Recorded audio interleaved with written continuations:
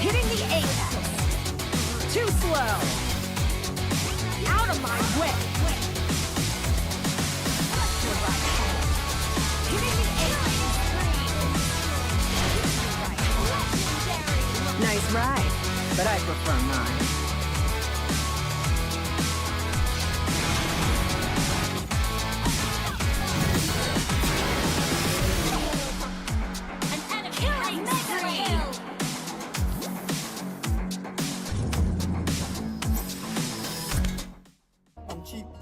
Chick like, yo, can I borrow your Netflix? She a feminist, she think I'm sexist. Twisting my words, I'm fishy dyslexic. Give me my space, I'm intergalactic. Before I give you my Insta password, I'll give you the pin to my Amex. Alright. This ain't stainless steel, it's platinum.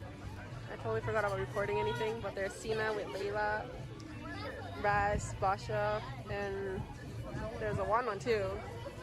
Don't know her name yet. Yes. You can write your name. In-game name, something you The game didn't even start yet. She's like, at the party. General is here. General is here.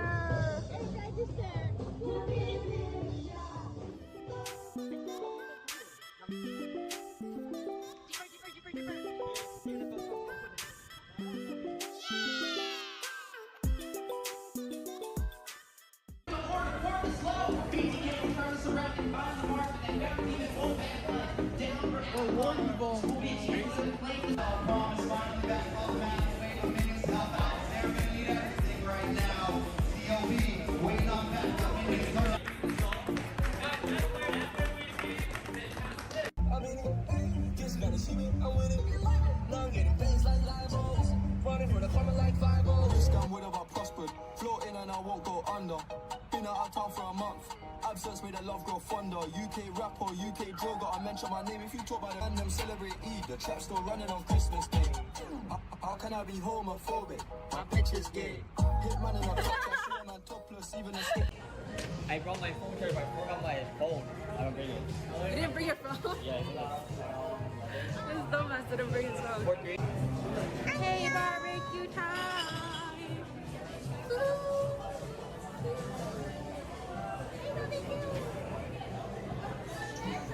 My husband was here. This is my bias. Oh, that's your bias? Mommy likes Stray Kids. I like Shiga.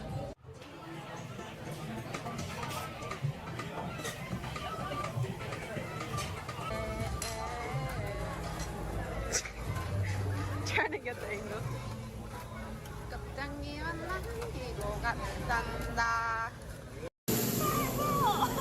Oh my god, okay.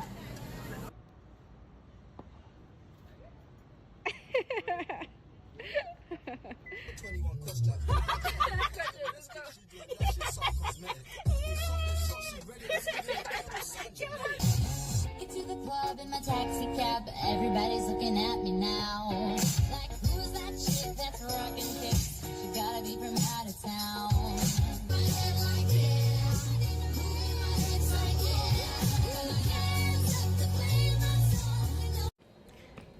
Mommy and Replane dropped me off at the airport. I am going to check in now.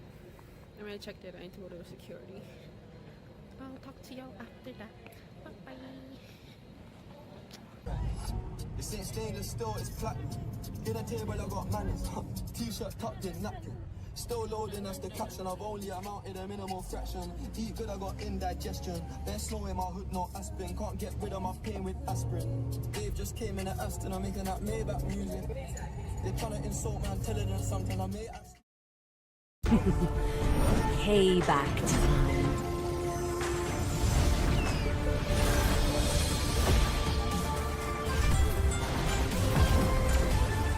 My world is the sky!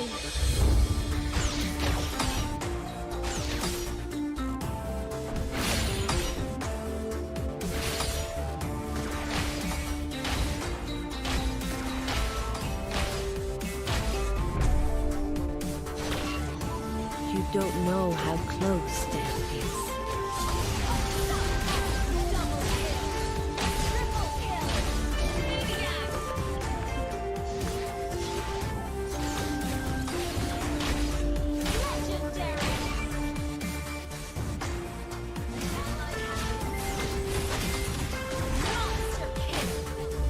Feel my pain.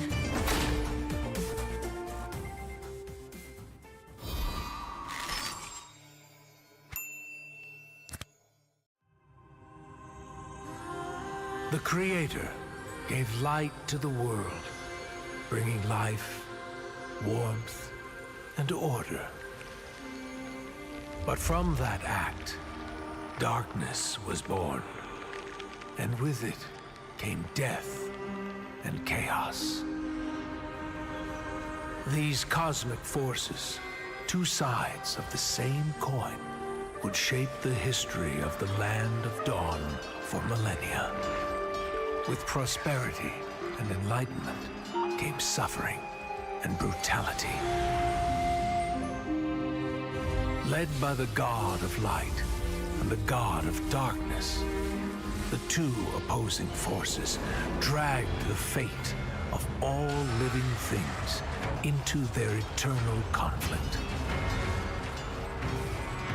But through the sacrifices of countless forgotten heroes, the era of strife finally came to an end.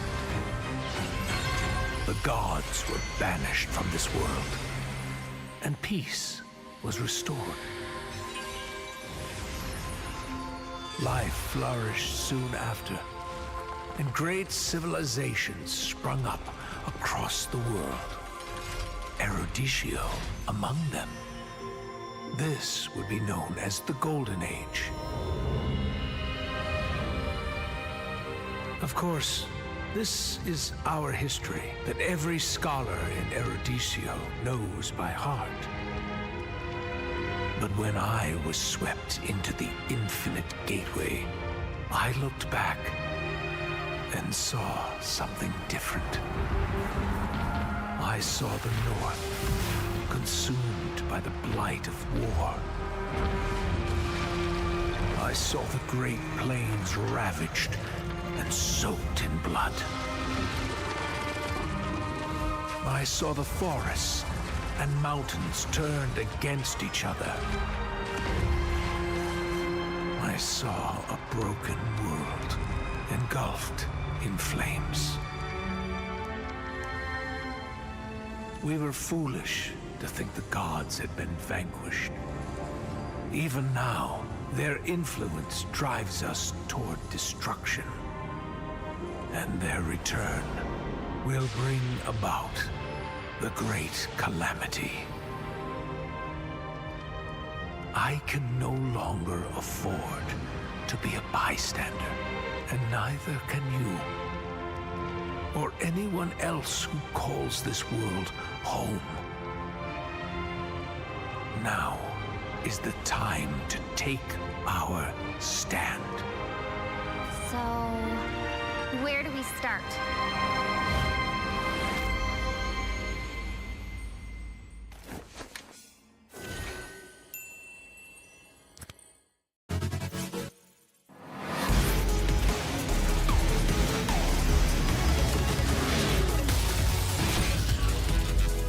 Engines roaring and ready to go.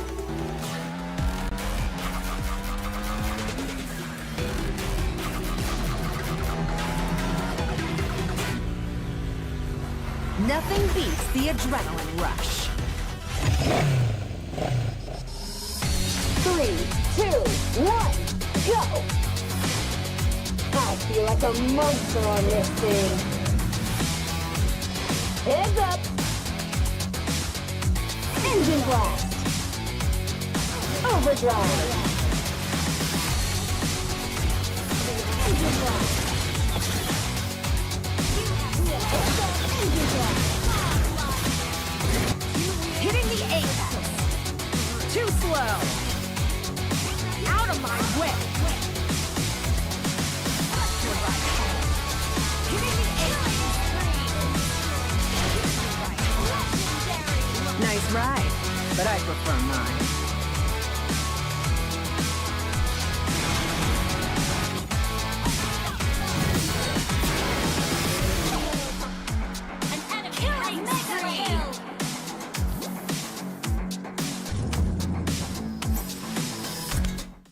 I'm cheap, still hit a chick like, yo, can I borrow your Netflix? She a feminist, she think I'm sexist, twisting my words, I'm fishy dyslexic, give me my space, I'm intergalactic.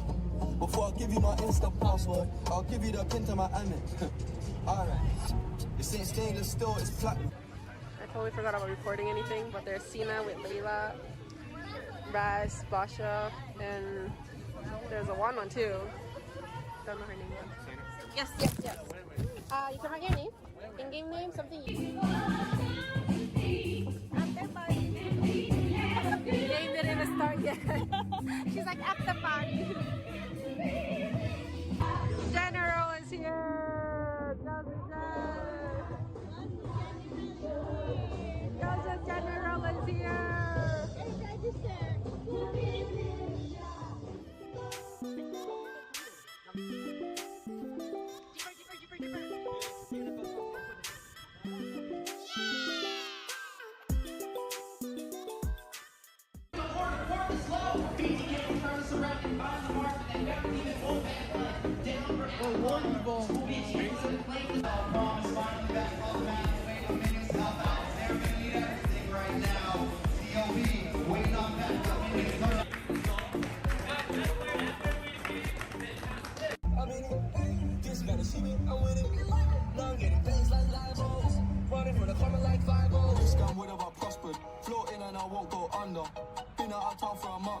Absence made the love grow fonder. UK rapper, UK drill, gotta mention my name. If you talk about it and them celebrate Eid, the trap still running on Christmas Day.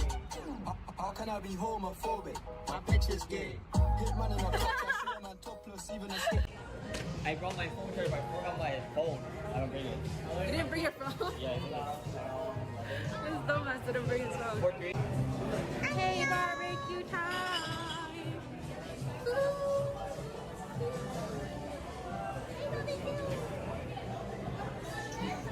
My husband was here. This is my bias. Oh, that's your bias? Mommy likes Stray Kids. I like Shiga.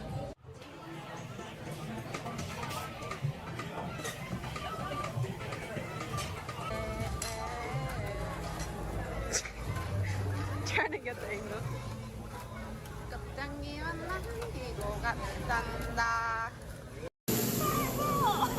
Oh my god, okay.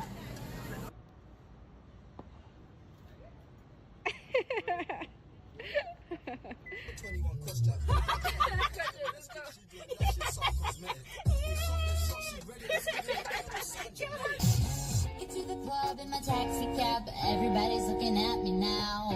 Like, who's that chick that's rockin' kicks? She gotta be from out of town.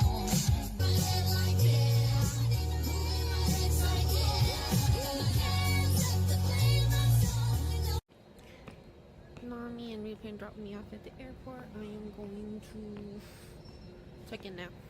I'm gonna check that I need to go to security. I'll talk to y'all after that. Bye bye. This ain't stainless steel, it's platinum. Dinner table, I got manners. T-shirt tucked in, napkin. Still loading, that's the caption. I've only amounted a minimal fraction. Eat good, I got indigestion. There's snow in my hood, no aspirin. Can't get rid of my pain with aspirin. Dave just came in at Aston, I'm making that Maybach music. They're trying to insult me, I'm telling them something. I may ask.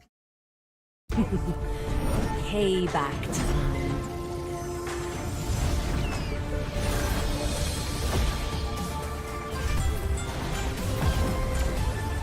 My world is the sky!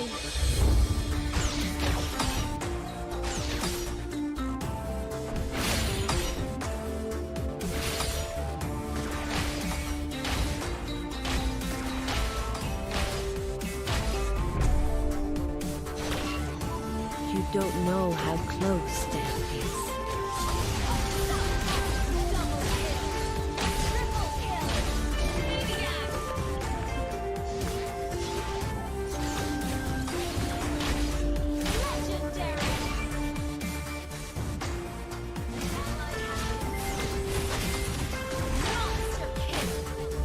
Feel my pain. pain.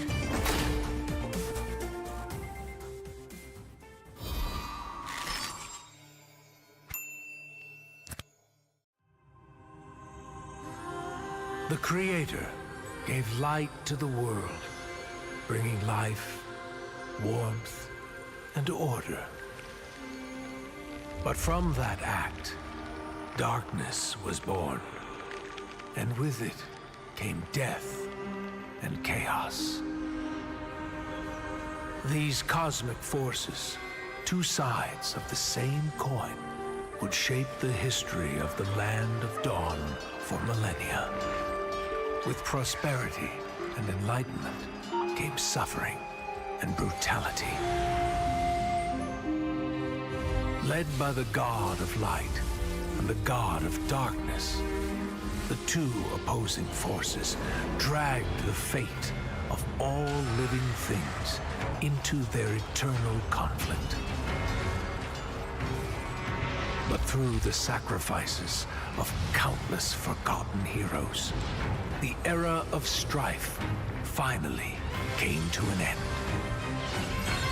The gods were banished from this world, and peace was restored.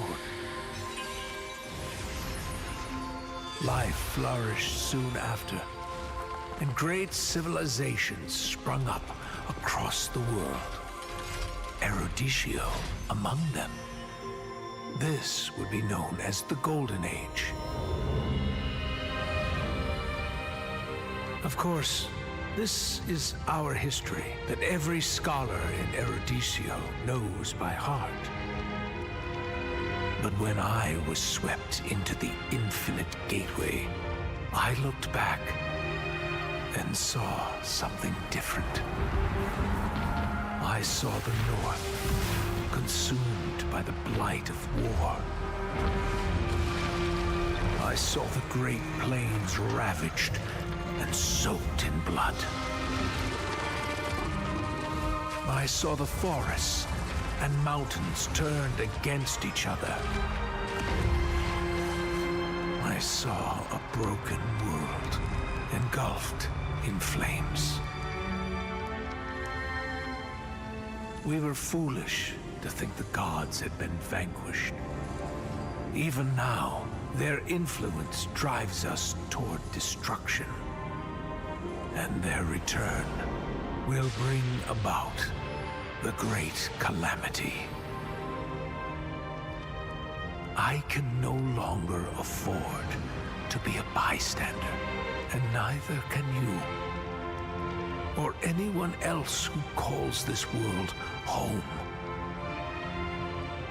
Now is the time to take our stand.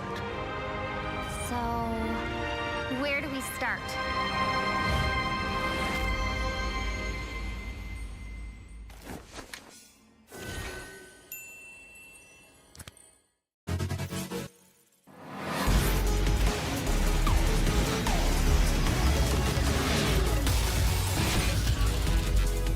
Engines roaring and ready to go.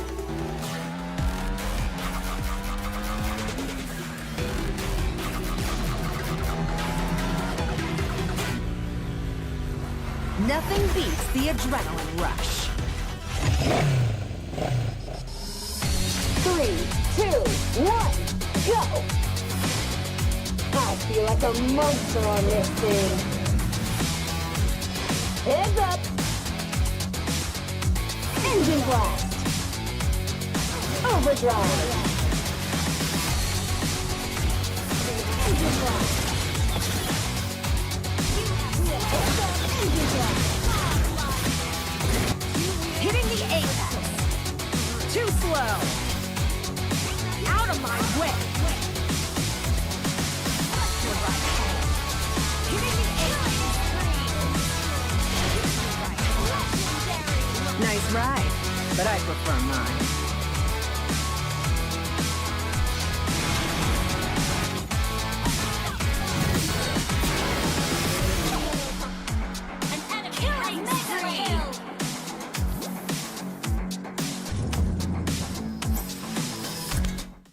I'm cheap, still hit a chick like like, yo, can I borrow your Netflix? She a feminist, she think I'm sexist. Twisting my words, I'm fishy dyslexic. Give me my space, I'm intergalactic.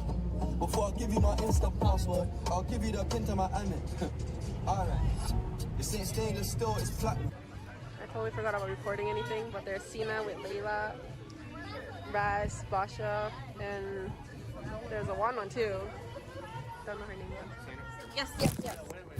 You can write your name. In-game name, something you... The game didn't even start yet. She's like, at the party. General is here. Joseph General is here.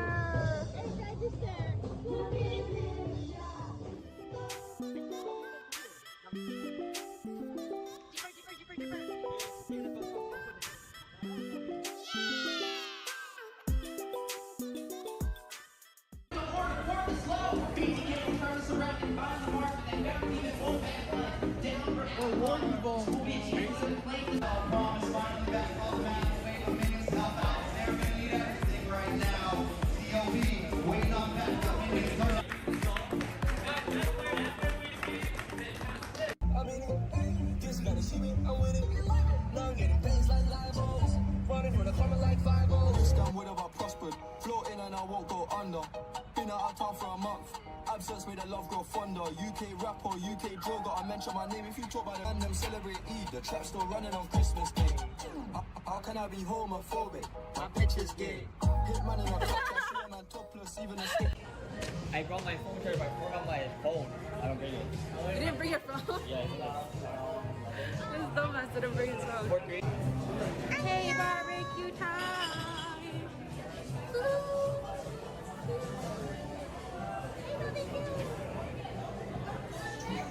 My husband was here. This is my bias. Oh, that's your bias? Mommy likes Stray Kids. I like Shiga.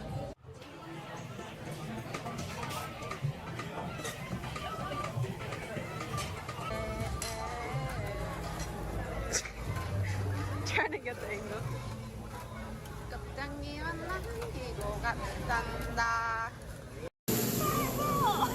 Oh my god, okay.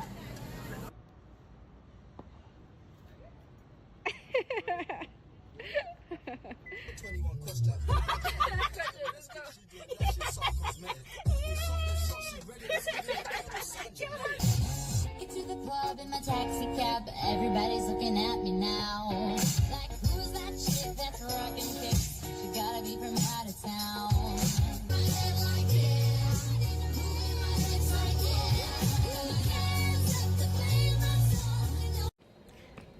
Mommy and Moonton dropped me off at the airport. I am going to check in now. I'm gonna check that I need to go to security. I'll talk to y'all after that. Bye bye. This ain't stainless steel, it's platinum. In a table I got manners. T-shirt tucked in napkin. Still loading, that's the caption. I've only amounted a minimal fraction. Eat good, I got indigestion. Best slow in my hood, no aspirin. Can't get rid of my pain with aspirin. Dave just came in at Aston, I'm making that Maybach music. They're trying to insult me, I'm telling them something. I may ask. Payback time.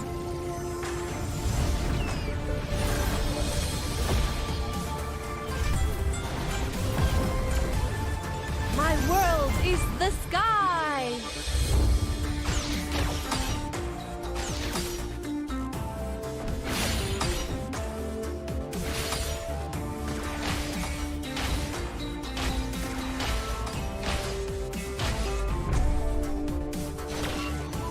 You don't know how close death is.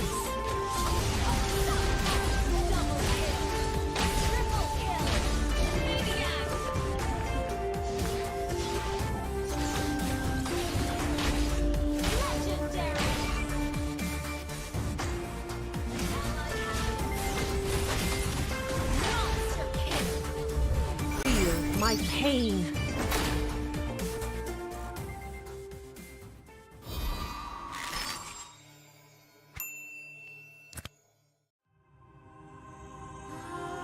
The Creator gave light to the world, bringing life, warmth, and order. But from that act, darkness was born. And with it came death and chaos. These cosmic forces, two sides of the same coin, would shape the history of the Land of Dawn for millennia. With prosperity and enlightenment came suffering and brutality. Led by the god of light and the god of darkness, the two opposing forces dragged the fate of all living things into their eternal conflict. But through the sacrifices of countless forgotten heroes, the era of strife finally came to an end. The gods were banished from this world, and peace was restored. Life flourished soon after, and great civilizations sprung up across the world. Eruditio among them. This would be known as the Golden Age. Of course, this is our history that every scholar in Eruditio knows by heart. But when I was swept into the infinite gateway, I looked back and saw something different. I saw the North consumed by the blight of war. I saw the Great Plains ravaged and soaked in blood. I saw the forests and mountains turned against each other. I saw a broken world engulfed in flames. We were foolish to think the gods had been vanquished. Even now, their influence drives us toward destruction. And their return will bring about the great calamity. I can no longer afford to be a bystander, and neither can you, or anyone else who calls this world home. Now is the time to take our stand. So, where do we start?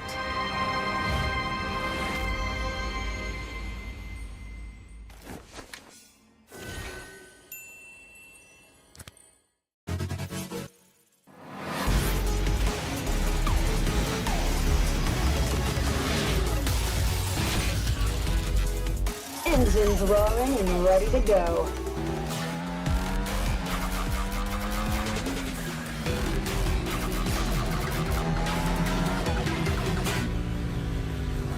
Nothing beats the adrenaline rush.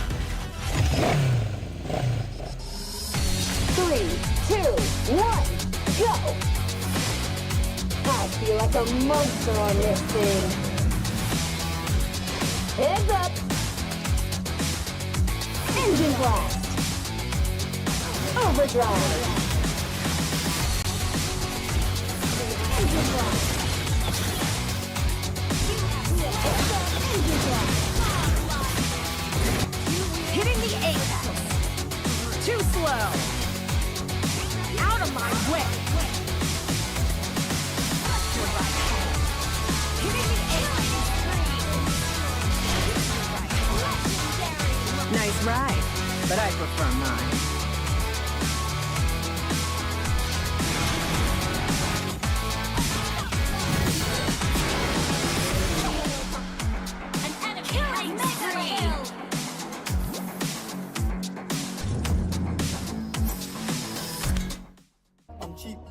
Chick like, yo, can I borrow your Netflix? She a feminine, she think I'm sexist. Twisting my words, I'm thin, she dyslexic. Give me my space, I'm intergalactic. Before I give you my Insta password, I'll give you the pin to my Amex. Alright. This ain't stainless steel, it's platinum. I totally forgot about recording anything, but there's Sina with Layla, Raz, Basha, and there's a one too. Don't know her name yet. Yes, yes, yes. You can write your name, in-game name, something you... The game didn't even start yet.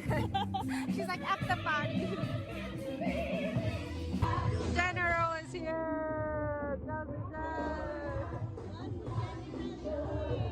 Joseph General is here.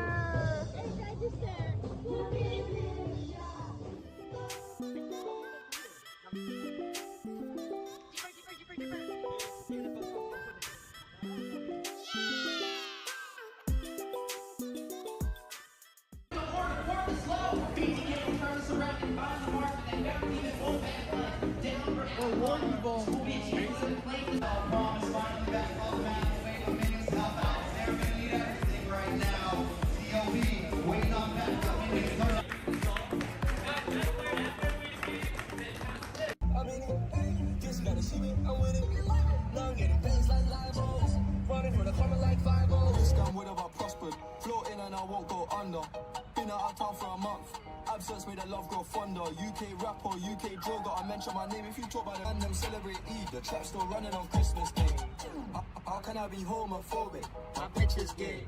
Hit man in a clutch, I see a man topless, even a stick. I brought my phone charger, but I forgot my phone. I don't bring it. You didn't bring your phone? Yeah, This dumbass didn't bring his phone. Hey, barbecue time!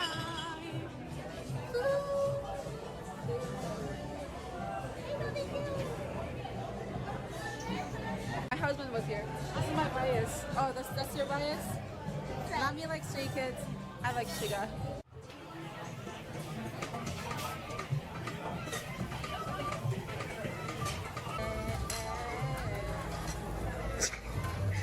Trying to get the angle.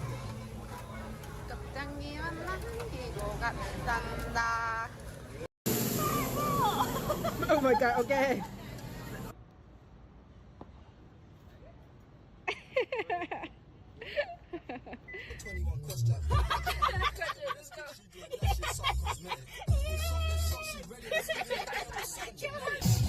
Get to the club in my taxi cab, everybody's looking at me now.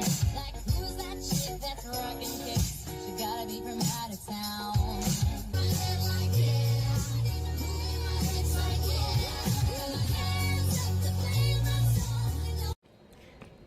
Mommy and Rupin dropped me off at the airport. I am going to check in now.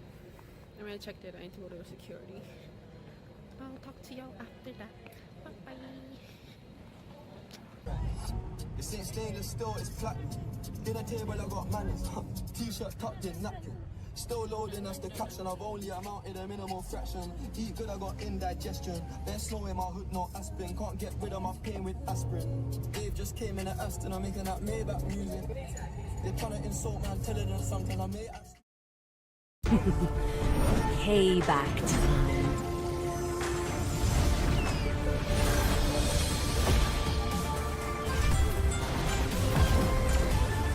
My world is the sky!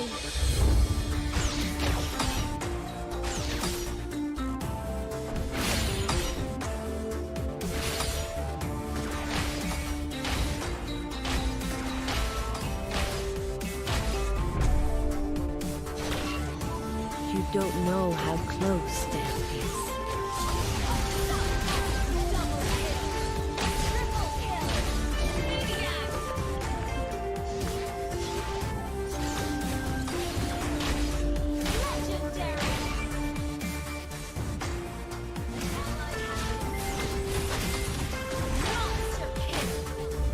Feel my pain.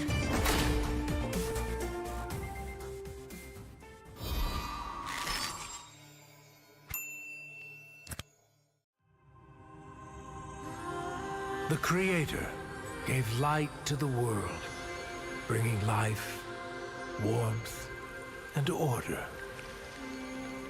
But from that act, darkness was born, and with it came death and chaos.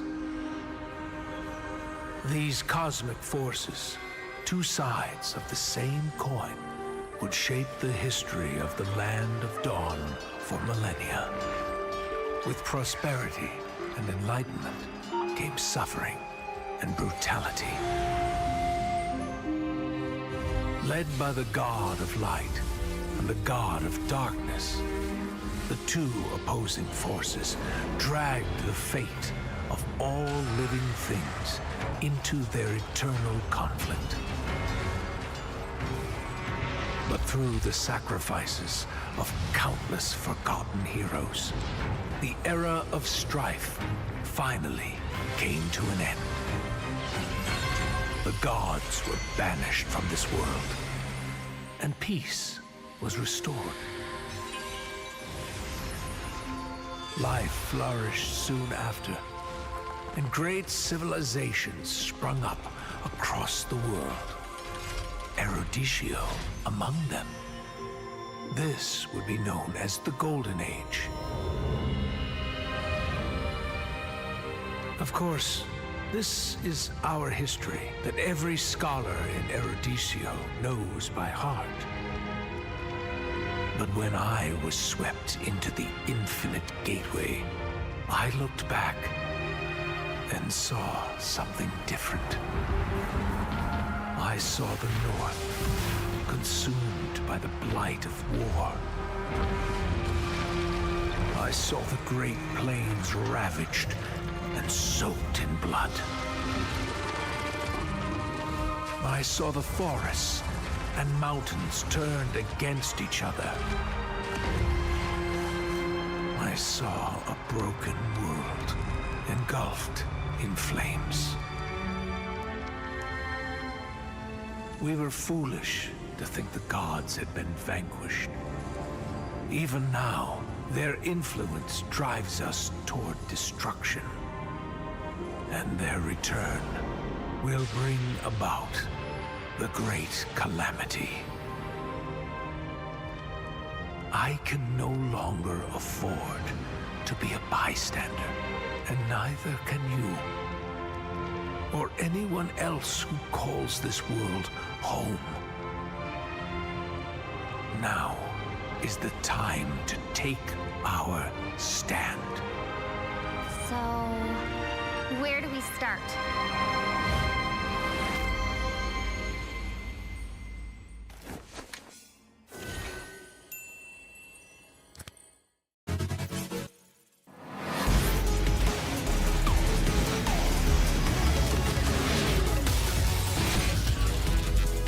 Engines roaring and ready to go.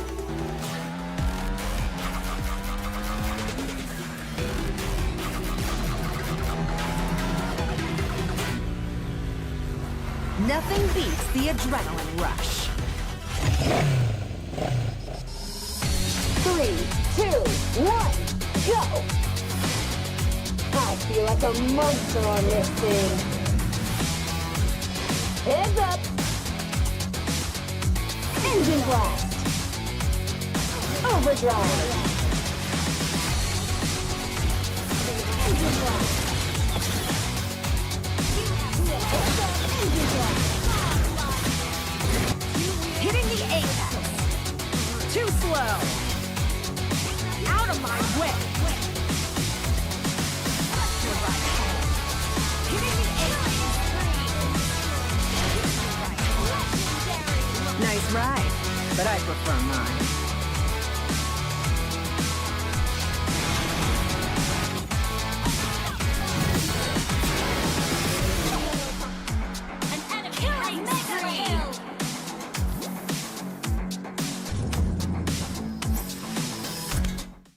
I'm cheap, still hit a chick like, yo, can I borrow your Netflix? She a feminine, she think I'm sexist, twisting my words, I'm fishy dyslexic, give me my space, I'm intergalactic. Before I give you my Insta password, I'll give you the pin to my Amex. Alright, this ain't stainless steel, it's platinum. I totally forgot about recording anything, but there's Sina with Layla, Raz, Basha, and there's a one too. Don't know her name yet. Yes. You can write your name. In-game name, something you... The game didn't even start yet. She's like, at the party. General is here! Goza General is here!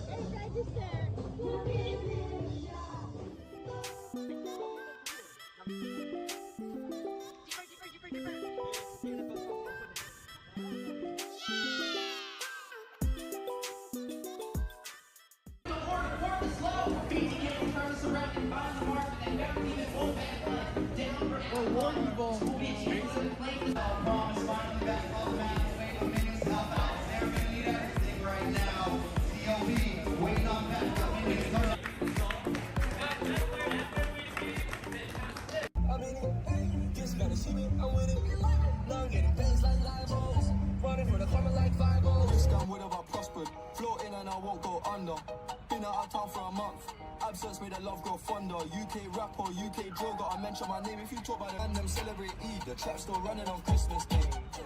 How can I be homophobic? My bitch is gay. Hit man in a top, I see a man topless, even a stick. I brought my phone charger, but I forgot my phone. I don't bring it. You didn't bring your phone? Yeah, it's This dumbass didn't bring his phone. Hey, barbecue time!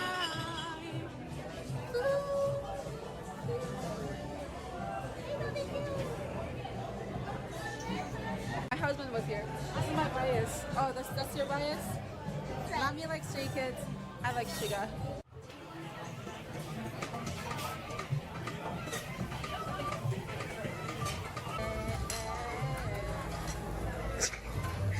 Trying to get the angle.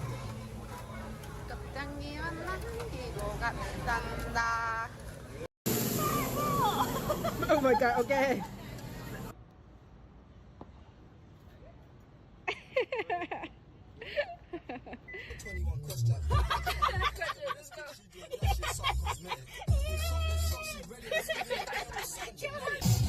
Get to the club in my taxi cab, everybody's looking at me now. Like, who's that chick that's rockin' kicks? She gotta be from out of town.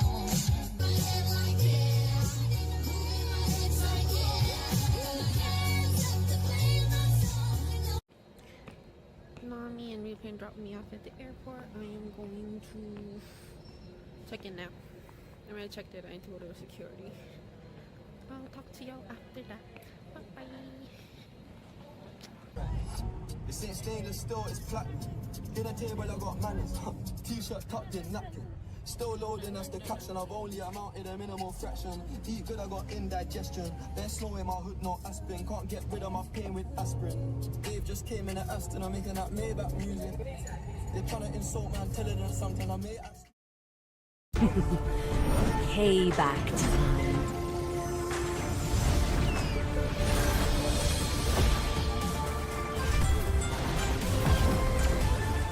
My world is the sky!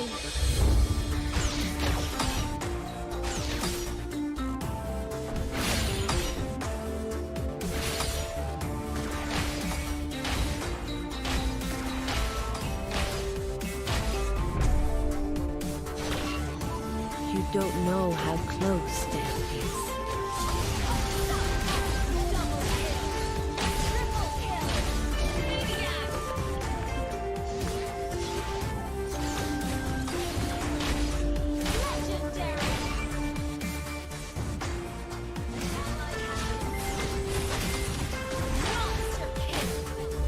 Feel my pain.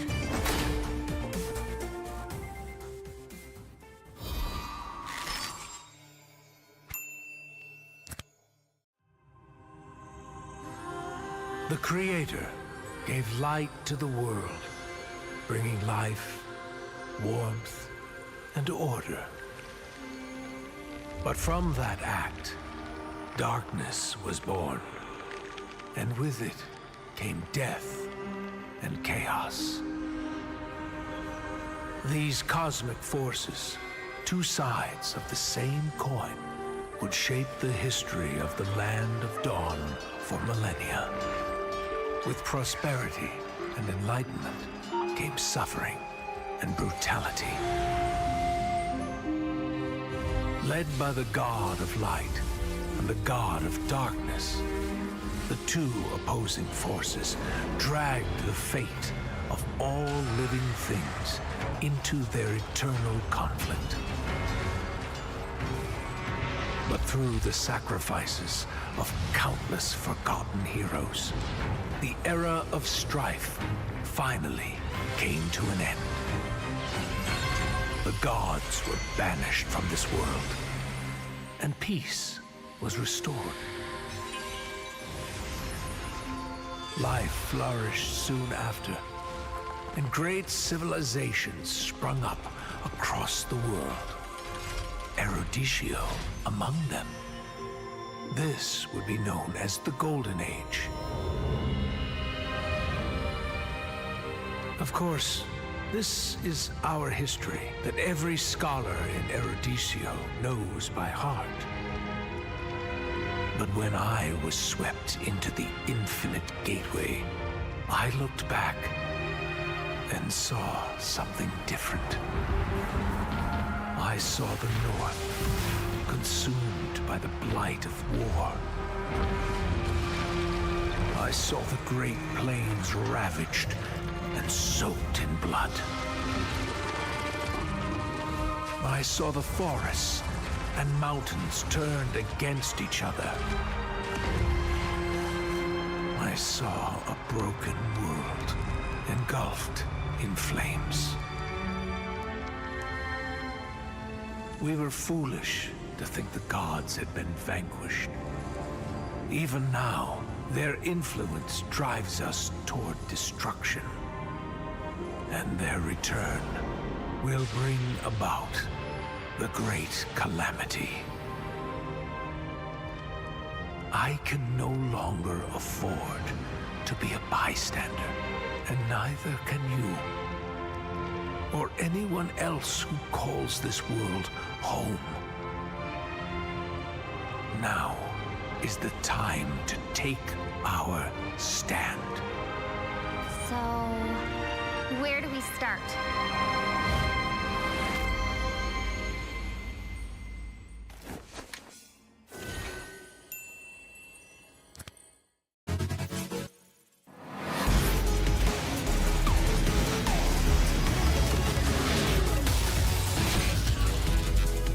Engines roaring and ready to go.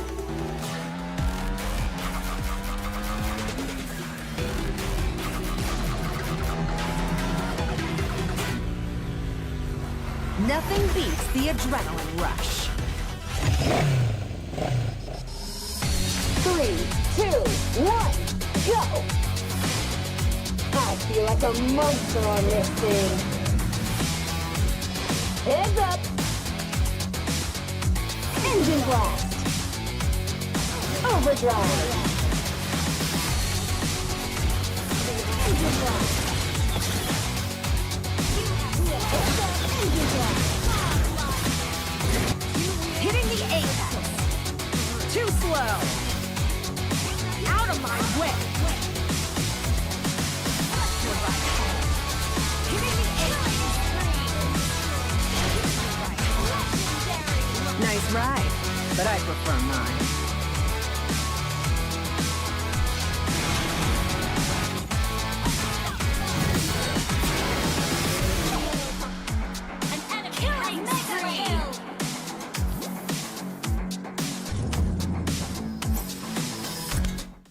I'm cheap, still hit a chick like, yo, can I borrow your Netflix? She a feminist, she think I'm sexist, twisting my words, I'm fishy dyslexic, give me my space, I'm intergalactic. Before I give you my Insta password, I'll give you the pin to my Amex. Alright, this ain't stainless steel, it's platinum.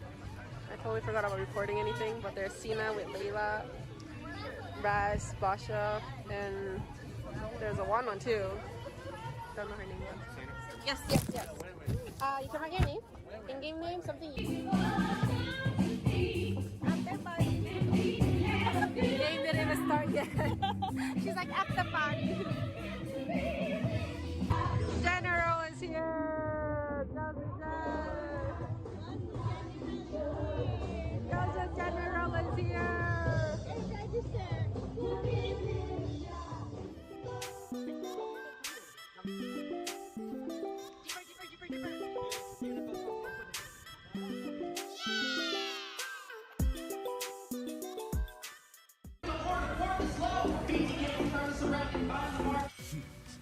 Welcome back, everyone, to the House of Pisces X Nighthorde tournament. This is going to be week 1, day 1 for the top 16. Best of 3 series for a lot of these cool teams. The House of Pisces has partnered up with Nighthorde and MLSA to provide 16 teams the opportunity to compete in a single elimination tournament for a total prize pool of $1,000 and 100,000 diamonds provided by Moonton. This is going to be the day 1 of the Nighthorde X Mobile Saiyans. Join us as the top 16 teams compete in a single elimination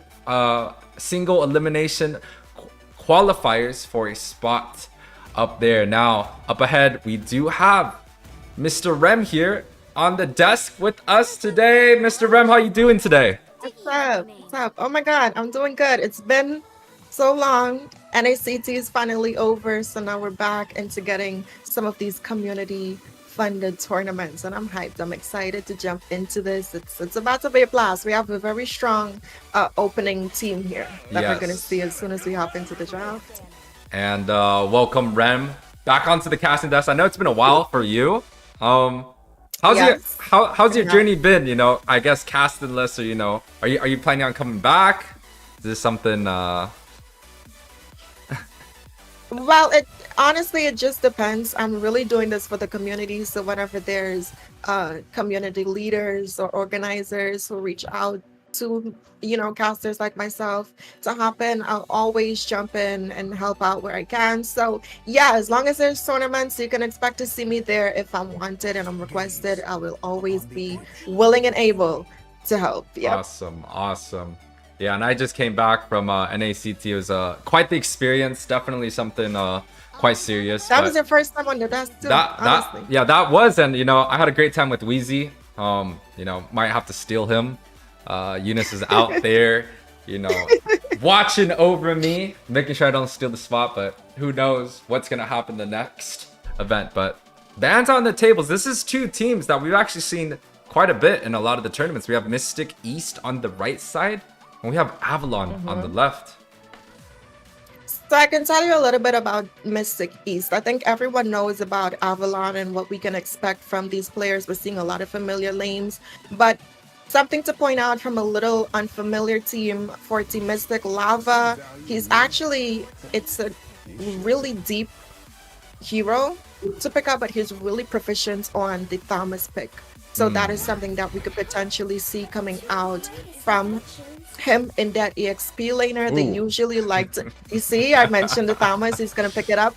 Another pick that Team Mystic East is known for is that Luo Yi in the mid lane. So they have a lot of players that's really proficient when it comes to one singular hero. They know the ins and outs, they know the limits, but going up against a team like Avalon, who's competed in so many different professional tournaments, and then they have players like Mobazane himself on their team as well. We do know that these people have a lot of diversity within their draft.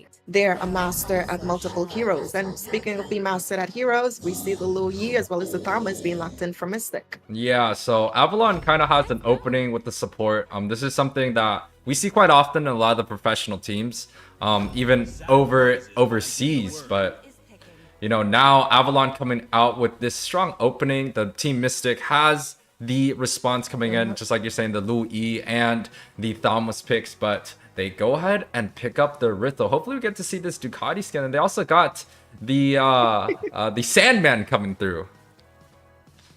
I feel like when you're picking up a hero that's recently got like a unique skin, that's one of the only reasons why they're going to play it in a tournament lobby, right? To test out that skin and show us how proficient that hero is. Now, I do like the draft composition coming in from the side of Avalon. They have dive potential, they have damage for the late game with the Irithel, and they also have sustainability. We do know this Khalid, he does have the sustainability as well as the damage reduction with his second skill, which is going to go up really well up against this Thomas to help sustain some of that additional burn damage and kind of act like an oracle to kind of counter engage some of that damage over time that's going to be coming in. The Angela with the hard guard going to be perfect. This Brody's going to have a hard time landing these torn apart memories. You can't really get a clutch kill when there's Angela, right? It's like picking up something like a Gadita into the Angela. You can't really secure that kill as easily. You kind of have to get her out of the playing field. So I do like their draft, but I'm also one of those people that believe strongly in players who are proficient at one hero. Yeah, you know, I think one comfort tricks also plays like as a one trick myself, which everyone knows by now. I do think having that comfortability also plays a huge part, because you could lock in the meta on one hand, but are you comfortable on the meta? Are you not? You know, so it goes both ways. I think it's just going to come down to execution. And there's kind of like a long run longevity thing when it comes down to one tricking. Like if you like the hero that you're playing, you know, you're definitely going to become more and more proficient and level up throughout the times that you played them. And you know, just playing one singular hero, you get to kind of strategize against all these different heroes, all these kind of matchups. And I would almost even consider that if you're one tricking, you definitely have an edge in terms of micro, or in terms of like the things that you're doing, the matchups, you know. So, and these one trick heroes, sometimes it's a little bit hard to counter. Like for example, the Thomas, we don't really see it often anymore. You know, it used to be, it's kind of like a dinosaur at this point, but how do we exactly match up against that? But Avalon coming out with the Khalid pick. But one thing that Avalon still doesn't have is a more secure front line, right? Lava is on the Stomwith building a lot of defense. But from the side of Avalon, they have the Angela, they have the Khalid, but these heroes aren't exactly built to sustain a lot of damage. You know, I'm actually glad you brought up that point, because they have Mobile on their team. What is Mobile known for, right? He's known for those utility junglers. And when you pair that utility jungler with something like the support, which is this Angela, that could potentially still be flexed in that mid or roam position, it still gives a lot of comfortability in terms of being able to engage in fights and still have the damage as well as the sustain to outlast it. Because if we look at Mystic's composition right now, they have a Luo Yi. She's more so utility crowd control, right? Who is she going to burst down? The Rethel has a lot of movement. She can dodge some of those yin yangs that's going to be coming in there. But speaking of something that's also gonna need some dodging, the Atlas pick for this roam position coming in from Mystic. I think I like the combo. There's a lot of elements of surprise if you pair that up with the ultimate coming in from the Luo Yi. They do have a lot of pressure. I'm just hoping that we'll be able to see some successful surprise flanks coming in, because they do have the elements of surprise. I'm just hoping that they can use that to their advantage here. Yeah, and it's pretty nice to see that at least there's one Purify coming out from Avalon. Because, you know, as an Atlas player, you know, you really have to be able to hit those spells. And if there's only one Purify available for the side of Avalon, it actually makes the Atlas shine quite well. So I do like this pick coming out. I was kind of expecting more of like a Boxia or a Martis coming out from Mobile. You know, just like you're saying, he is known to be that utility monster, that utility jungler in the jungle position. But now he's coming out with a pick, you know, tossing back time, Ren. The Roger comes out from Mobile. This is something that a lot of the fans out there have been looking for. Definitely a fan favorite pickup by him. Now, I would have agreed with the one Purify being a huge, you know, steal for the Atlas if it wasn't for Rammus. I feel like if Atlas goes in for that Fatal Links and then Demon pops that Purify and then pops the Nether Realm, that's just gonna backfire on his entire team. And if you look at their overall composition for the side of Avalon, they are going for that full snowball potential. Whenever you see a damaged jungler paired up with this Angela, you know they're gonna be dive heavy. They're gonna look for the ganks. They're gonna go for the rotations. And when you have the second life that is gonna be coming in from Demon with the Nether Realm, their dive capabilities was increased ×2 because they have a second chance to actually execute and tank some of the tower damage coming in. But Yue, we're heading into the first game of the series. Take us in. Yeah, it's about to be Avalon versus Team Mystic, a best-of-3 series for the House of Pisces X Nighthorde tournament. Again, this is week 1, day 1, and the total price was $1,000, so this is quite a good event. Also 100k diamonds coming through. Now, this is the very first match, the opening series of this, and wow, I gotta do some observing work too right now. I totally forgot we gotta do these things. But the opening coming out from Avalon, we're expecting some strong openings. Once again, they're already putting a lot of action on the top side. Absolutely, and I do like seeing this rotation coming in. We're already seeing Cordy there popping that early flicker coming in, Lava being taken quite low, just kind of trading blows, and this is kind of setting you up for how the rest of the match is going to be. Both of these teams have the ability to kind of get some of those poke damage out. We see the Luo Yi with the damages she's being able to dish out, as well as Demon with the bounce of that second skill being able to do dish out some good damage as well. But the focus still in the top side. They're looking for lava though. Down goes the Petrify though. Another flicker has been popped out from the side of Avalon. However, no one has lost their life in this engage just yet. Yeah, 2 flickers has been popped. So has the Vengeance coming out from Lava. So a lot of the spells have already been popped. It kind of tells you that, hey, if Avalon is popping these spells, they're probably going to look to try and punish. And on the top side, Lava is already having quite the tough time going against this Khalid. Might definitely be a matchup that they were looking for in the beginning. Absolutely right. And it just goes to show how much lane pressure the Khalid is going to have over the lava here, right? His only sustainability comes from that ultimate, but Khalid, he has it in his second skill. Yes, the cooldown is relatively long in the early game. He's still going to be able to be a lane bully here. But speaking of a lane bully, we did see Scorch trying to go and steal that gold crab away from Obazane, but he was going to be able to secure that himself. But up in the mid lane, Demon in an uncomfortable position. He is going to be taken down, and that's going to be first blood for the side of Mystic East. Yeah, Mystic East was able to pop that Purify, but on the top side, again, Lava already being kind of zoned out right here. They do get the knockout punch, but unfortunately, Lava is going to be the one that falls. Now, a 3 versus 3 turtle dance coming out. The Atlas looking to go in. Once again, gets the double stun onto side of Avalon. The Louis picking up these kills back to back. Absolutely right. Course, that's what I was saying. Comfort really does play a huge role, but we do see Khalid there making his way in. The torn apart memories, being able to find that kill onto this Faramis, and that's an even trade. That's going to even up the scoreboard 3-3 right now. But we're seeing Mobazane keeping his attention on this turtle, but in the bot side, Arithel being able to pick up that kill on Brody. Yeah, that's not really going to be a good sign if the Arithel is able to grab up the 1 versus 1 along with an objective on the side of Avalon. He's definitely going to be looking to scale well into the late game. Take a look at some of the gold and some of the items coming up, Rem. Absolutely right. We're seeing a lot of this early game penetration coming in. Speaking of penetration, Arithel not going to be able to survive against 3 members of Team Mystic East. And I like that they're focusing on their gold lane. But up in the top side, Avalon quickly finding a trade themselves, taking Lava off the board. Yeah, so a lot of the kills have been kind of going around, passed around on both the teams. For me, you know, going against Atlas Louis, if you don't have the Purify, it's definitely going to be tough. Demon going away with that position right there with the second skill, able to kind of jump through the wall. So Demon, you know, even though he already has 2 deaths on the board, Mobazane 2-0-1 already, looking to snowball and coming for the bot side.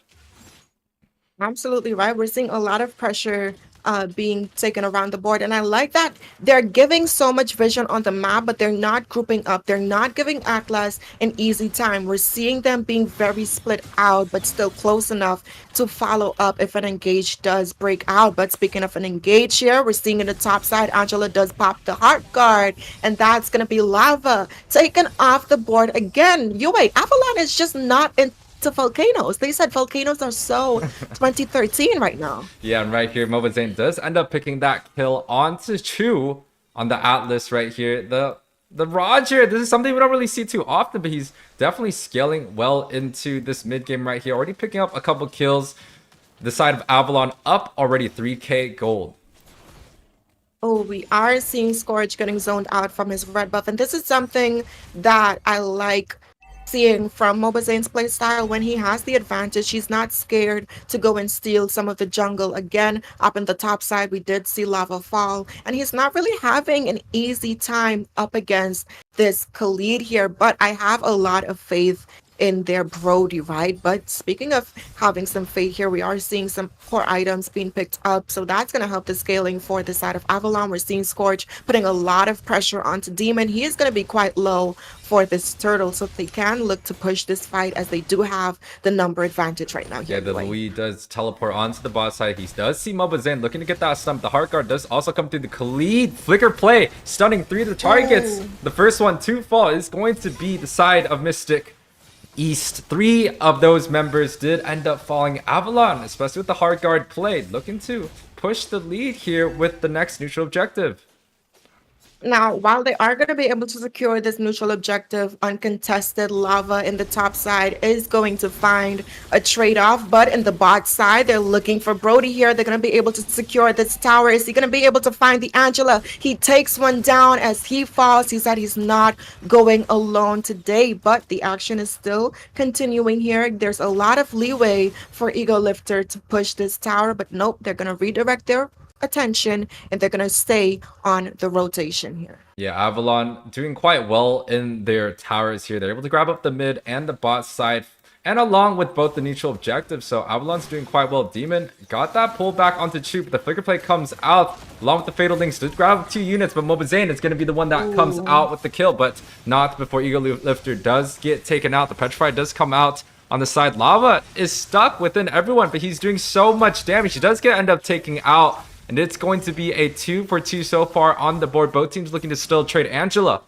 ends up falling there for a 3-for-2 advantage for the side of Team Mystic East. Now, I like how back and forth this is. Mystic East, even though they're having some minor communication issues with the initial engagements, they're still going strong. And speaking of going in strong, they're looking for Demon here. The torn apart memories did connect, however, it's not going to deal enough damage. Look at Chu getting bursted down, getting chewn out like a piece of winter fresh. But Avalon is not done. They're still going in. They're looking for Scorch to put out that flame. Moberzane with that godlike, and then Arethyl following up with that double kill, and that is almost another 3-man wipeout coming in from the side of Avalon here, UA. Yeah, the 3-man wipeout's a little bit too strong. It seems like Avalon does find their groove here in this very first best of 3 series. And look at Mobazane's level. He's already at level 12 compared to Scorch, which honestly has only been on level 8. Both of the buffs has been stolen by the side of Avalon. So they're doing quite well in terms of their macro plays coming through. Team Mystic, they kind of have to see if they could get the pickoffs that they're looking for, especially with the Fatal Links. There's not many members on the side of Avalon that has that Purify. So as long as he's able to grab up maybe 2 or 3 of the more important targets, Team Mystic East should be able to find a way to bounce back here.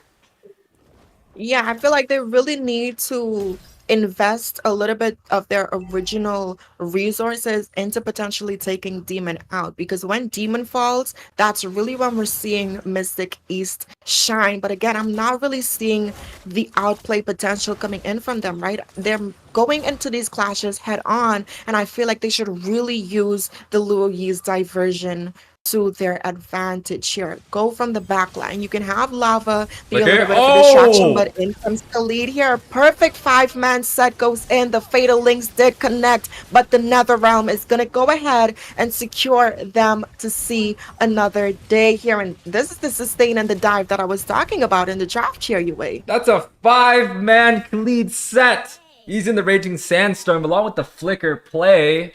Suzuya able to grab up 5 of the members from the side of Mystic East, and that's going to be quite tough to deal with, even just emotionally. You know, that's going to be really hard to be able to come back from. The concealed play does get popped, and Team Mystic East is in their base looking to see if they could try to defend this here.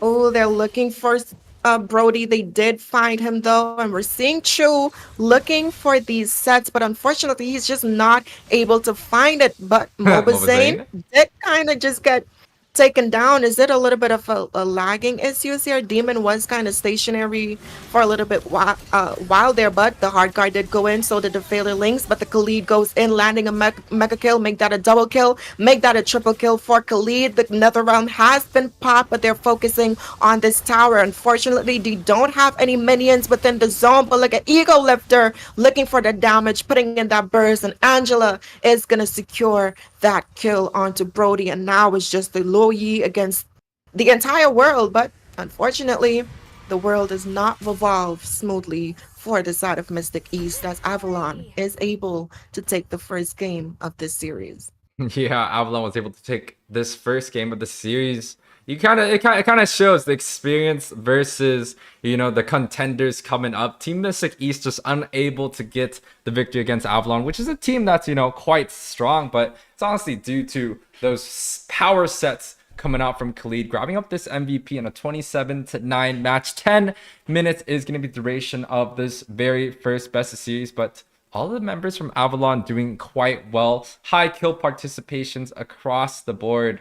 On the side of Mystic, you know, they definitely still have a lot of damage behind them. 34% coming out from Louis. Same thing with the 23% from Brody. So it doesn't really take them out of any of the situations. But congratulations to Avalon for the very first match. And we'll be right back in a little bit, guys. Payback time.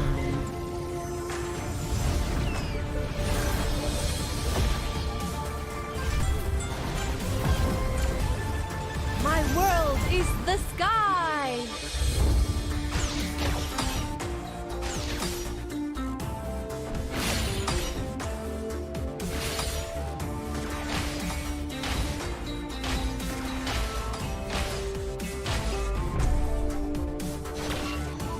You don't know how close death is.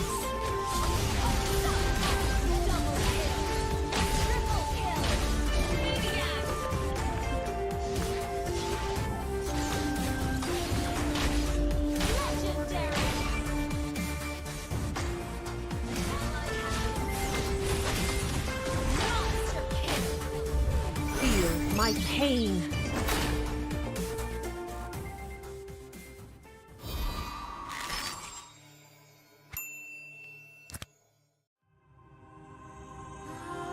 The Creator gave light to the world, bringing life, warmth, and order.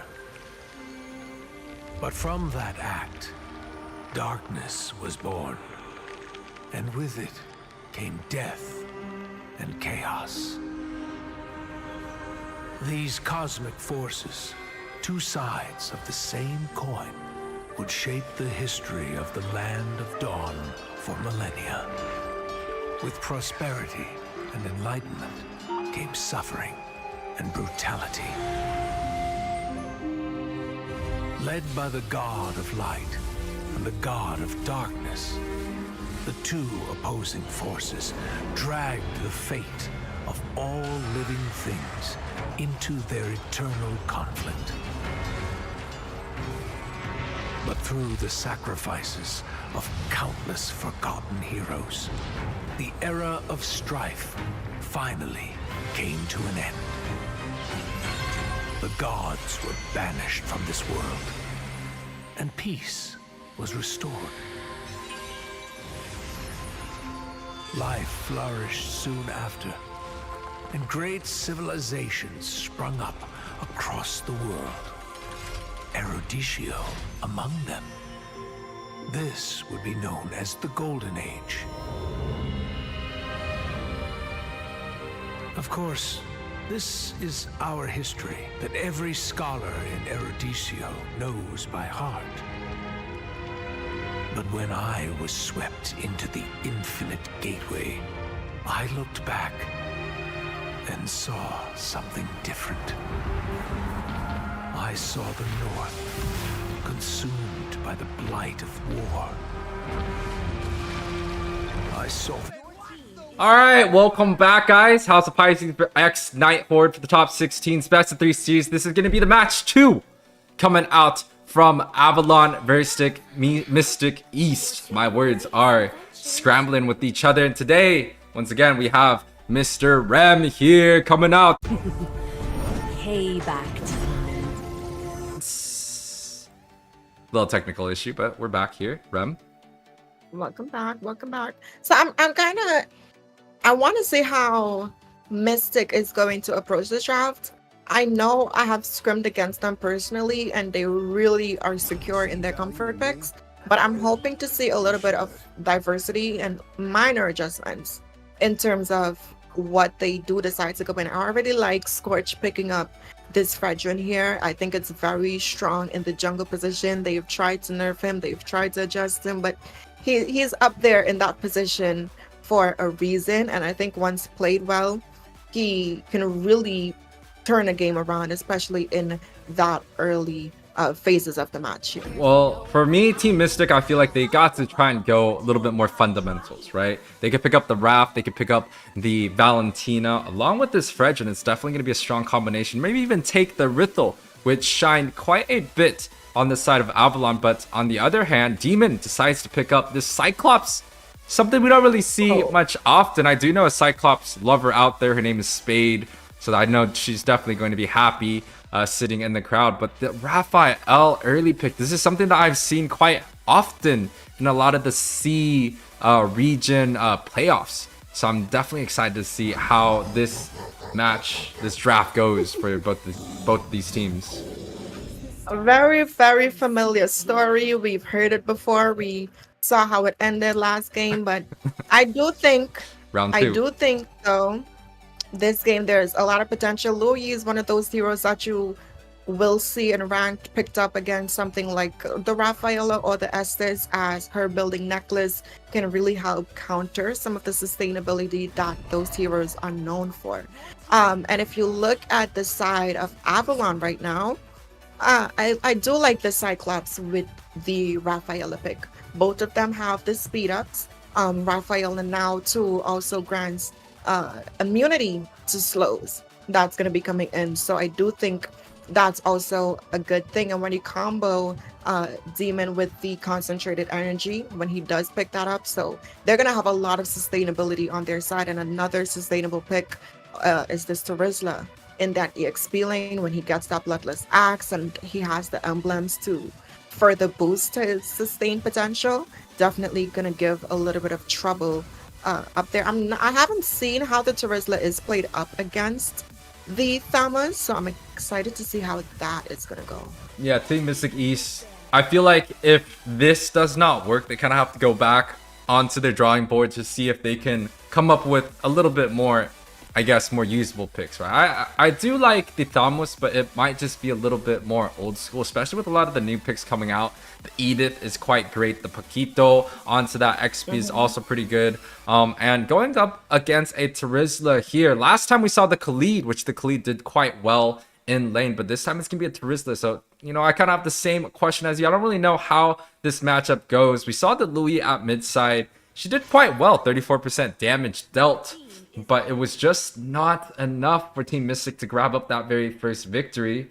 Hopefully this time around, Team Mystic, especially with the Fredrin pick in the jungle, should be able to shine a little bit more, especially in the early game rotations. Maybe get a pick off here and there for the side of Avalon and maybe bring us into a game 3 on the very first best of 3 series here.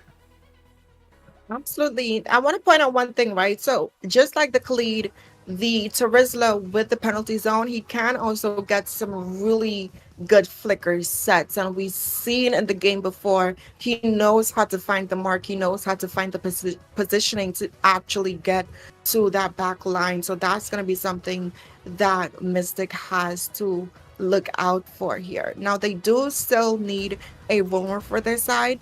I would like to see them also pick up something of a support. The Florin is still open, which I think might do good with them. They do have the Thamas as well as the Fredrin on their side, so they do have that front line. I think if they can get a little bit of sustainability, because that's where they lacked in the previous game, right? The Atlas was getting melted down, and then when they had the additional burst, they didn't just have any damage.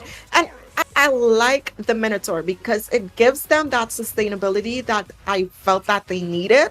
And he also gives them additional front line as well as that crowd control. So I do like this Minotaur pick. So now I want to see what they slot into the gold lane. I feel like something like the carry would fare well. The Brody is also open for them, so I do think they can consider some of that picks, or even pick up something like the Aretha. Oh, the Aretha's banned. Never mind, you guys. Never mind. I had a slow moment there, but yeah, definitely do think that there is options for them. Oh, the Exia. The Exia. Not bad. I like this. I like the Exia pick. It's not bad, but at the same time, you're going against, you know, 2 of the dive heroes. You have the Terizla and the Alpha coming through, so he's definitely not going to, you know, leave any team fights untouched there. Exia is a very, very good hero, and it's done quite well in a lot of these professional tournaments. So to see it here definitely means that Team Mystic has done their homework. I also like the Minotaur, gives a lot of sustain, but the counterplay coming out, the Bruno pick, who has been nerfed the past patch, but still is able to pick up the Hasclaw on the very first item. So the Bruno's still going to be quite good coming out from the side of Avalon. when I have went against a Bruno, I have never felt a nerf. I feel like he needs 10 more nerfs before that 2000 crit damage actually goes down. But speaking of things going down here, you guys, this is Mystic East versus Avalon. This is the second match of the first series in the House of Pisces X Nighthorde tournament. Avalon does have match point as they did take the first game of the series. So now it's up to Mystic East to put out that fight, or they're going to have to head down south where they're going to exit the tournament here. Yeah, they're kind of looking to make sure that they have the strategy available to kind of deal with the early aggression coming out from Avalon. Early on, we saw a lot of spells being traded through, and this time they do not seem to try and go for the level 2 strategy, and a early flicker being popped by purple QWRTY. So, it's quite, that's quite an early spell coming out through, but he's just definitely saving himself from getting, damaged early on by the side of Avalon. I feel like at this point, having those panic flickers and it's not good.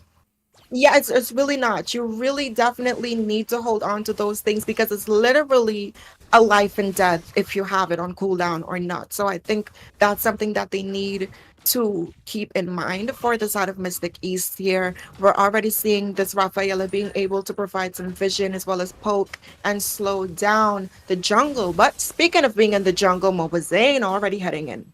Yeah, he's looking to kind of deny this red buff, but he does not have the retribution, but he was able to clear out pretty much the whole entire bottom side of the jungle. But the first blood coming out from the top side, we're questioning the Terizla pick against the Thamus, but it does seem like Suzuya is able to take that lead at the top side one-on-one. Yeah, and I feel like the Thomas has to play for his level 4, right? His strength is definitely when he's able to get that ultimate. We saw in the previous game, he did die a lot early on, but we need to stay a little bit more disciplined. He is dishing out a lot of damage to Demon right now, but the Rafaela is there to kind of get some more HP in on the line for them. Avalon already setting up though for this first neutral objective. Yeah, Avalon definitely has the tools to be able to grab up this neutral objective on the very first one. They're already pushing Scorch out of his jungle, and he's only been level 3 while Mobazane is already level 5. So early advantage coming through, and the ultimate comes out from the Alpha, able to pick up Lava, and another penalty zone coming through. Hits Chu, but does seem like Avalon is unable to grab up any extra units as they're looking to invade on this blue side, Rem. Yep, Mobazane still going in here. Ooh. We're seeing a 2v3 situation coming in here. Rafaela being able to get that flicker out and not lose her life in this situation. But that is going to be the blue buff in the hands of Mobazane here. And you know what's funny? Scorch did have the retribution, but was just unable to connect it with that blue buff, and now Mobazane has his retribution available. He's looking to go and invade once again on the red side. He's able to take out that green cap, and Scorch dropped already 50% health, but Chu providing a little bit of support. But Mobazane, I don't think he's going to be dropping this red buff anytime soon. Absolutely right. He's heavy on the aggression right now. He has the sustainability. We do see the Rafaela going in. The Alpha did go in, and he is able to secure the red buff as well as that kill. Bruno finding a kill on Ixia while this is going down. The cow going moo, running back to the grazing field. Yeah, it might just be a beef stir fried there. Served up for the side of Avalon to contest here. This is a 4-0 lead for the side of Avalon already. They're looking to push their lead quite heavily. Lu Yi put a little yin yang overturn ultimate coming out on the top side, but the Raphael is the one that does get picked off here. Ego Lifter caught in a pretty dangerous situation, does end up flickering out on that play. So it is going to be a 1-for-0 trade for the side of Team Mystic, but is that going to be enough for Mystic to bounce back here? I feel like the roamer and not getting the MM is not really a good trade here. We do see the Ixia trying to pick up that kill, but now that they're sending him back to the base, I would like to see them potentially give up this fight here. But Scorch in a dangerous position. Cyclops is going to take that kill, but again, I would like to see some pressure into the gold lane while they have the opportunity to do so. Well, a little bit of a one-sided story once again. You see about a 4K gold lead, and it's just going to get more and more at this 4-minute mark. Avalon really showing that they have the experience needed necessary, but the bot side coming through right here. They're able to... Go ahead.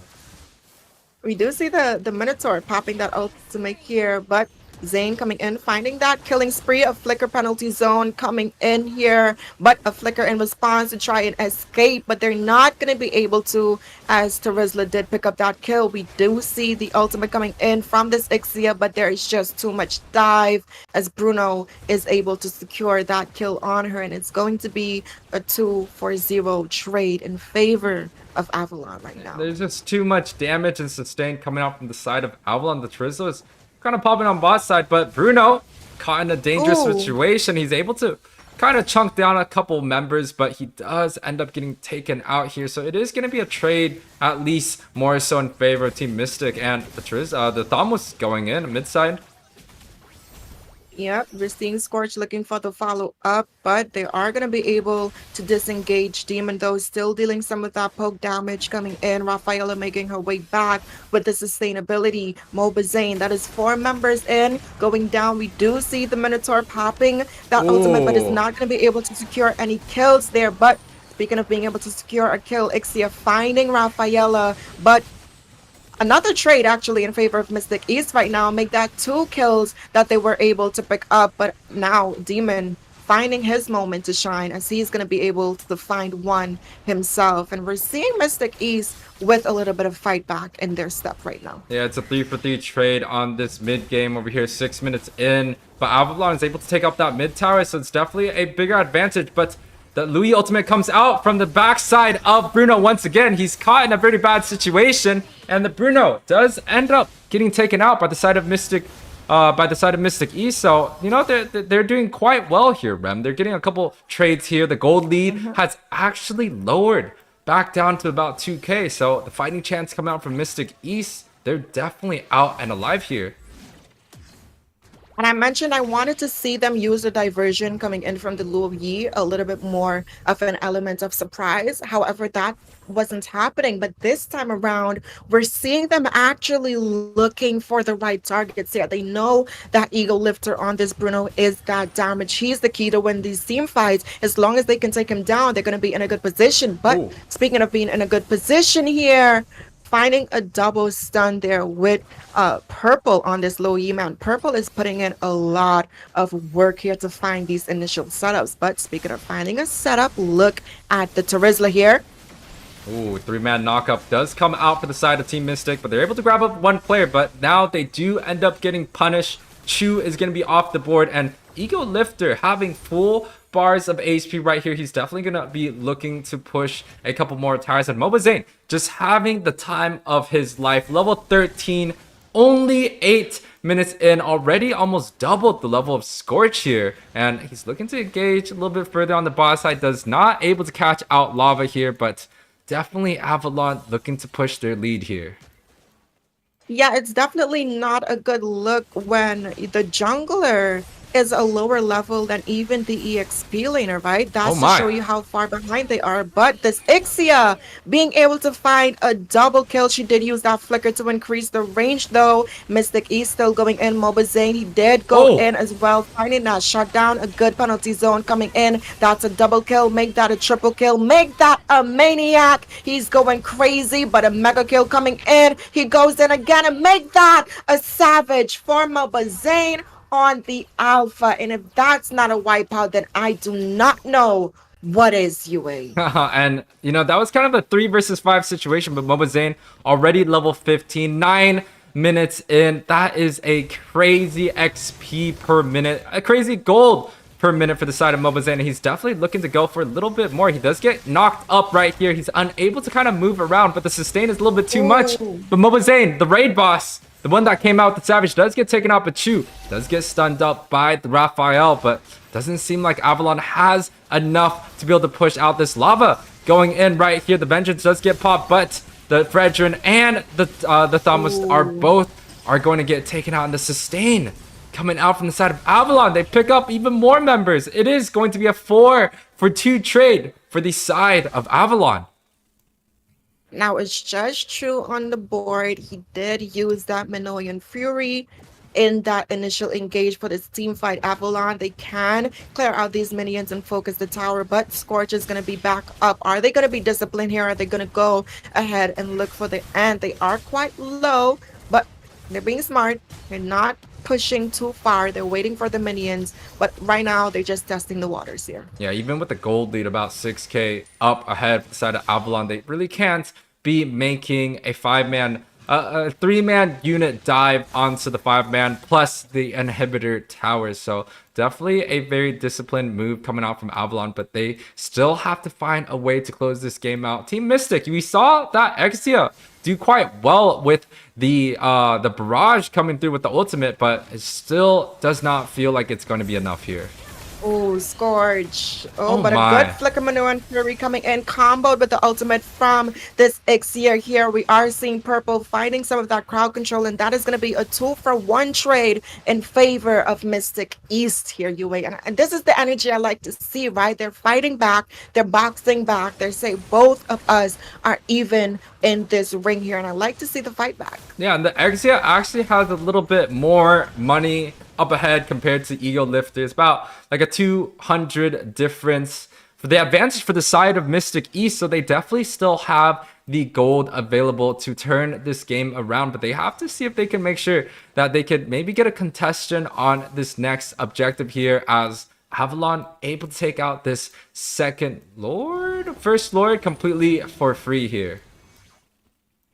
Yeah, so what I want to see from Mystic East right now, Forge has to stop being bursted down and falling. He has to combo with the Minotaur to keep the chain CC going so the Ixia can really deal that damage. But speaking of damage being dealt here, oh my, the barrage does come out from the Exia, but he does get chunked dangerously low by Suya right here. But Lava is on that very backside, does get chunked out, and members of Mystic East are just falling left and right. That's a 3-for-0 trade, and they're still unable to get that to Rizla. A 4-for-0 for the side of Avalon as they look to end the game with a clean sweep. It's kind of the same story coming out from the first game. They get some good sets here and there. They do get some pickoffs, but the side of Avalon just seems a little bit too much, Rem. yeah, and I mentioned some of the itemizations that we would have seen coming out here. We are seeing a lot of that heal cutting coming in on the Ixia as well as on this Luo Yi as well. I would have liked to see Scorch pick up a little bit more of that defense, that magic defense route. He did have the radiant armor there, but he was just getting bursted down constantly, right? He needed a little bit more of that physical defense, especially for Ego Lifter, who got the Malefic Roar quite early on into that game. So I just think that in terms of the EXP lane matchups with Lava, he just was not able to find his mark in these overall team fights. And I just think that it's a really dive heavy meta. And once you dive in, you kind of have to have that sustainability. And if we look at the heroes that he's up against, like the Terizla, they have sustainability within their skill 1 and skill 2 combo, whereas his only sustainability comes from his ultimate, which has a relatively longer CD in these drawn out team fights. So if you look at some of the statistics that kind of led Avalon to this advantage here, we're seeing them heavy with the team fight participation here. The damage coming in from Mobazane as well as Demon matching up to that 24%. Ego Lifter on this Bruno being a trailblazer in terms of opening up the map with that turret damage sitting at 71%, as well as the overall highest damage dealt, which is sitting at 29%. And it just goes to show the power of the Bruno when paired up with something like the Rafaela in that roam position to offer a little bit more utility, sustainability, as well as that movement speed increase, as well as the slowdown capabilities that she can offer herself. So really good game being played from Avalon. Also commending Mobazane for getting the first Savage of this tournament, really setting the tone for what's to come in the future. And if this isn't a high horse to end off on for the first series, then find another horse, y'all. And congratulations to Avalon, able to take the very first series, the best of threes for the Nighthorde X House of Pisces tournament. Once again, you know, very exciting matches coming out. A lot of the great teams are through in this tournament, so be sure to be on the lookout. We're gonna go for a small commercial break, and we will be back in about 30 minutes. Payback time.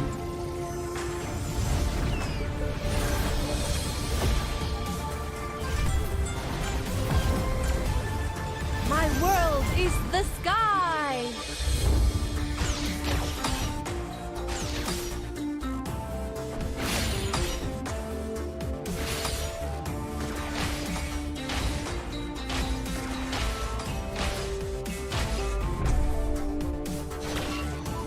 You don't know how close death is.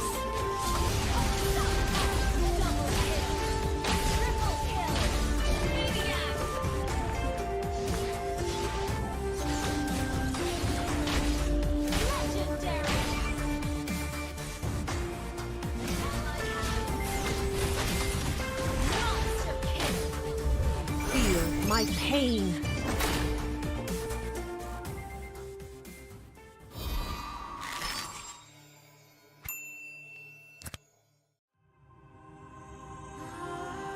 Creator gave light to the world, bringing life, warmth, and order.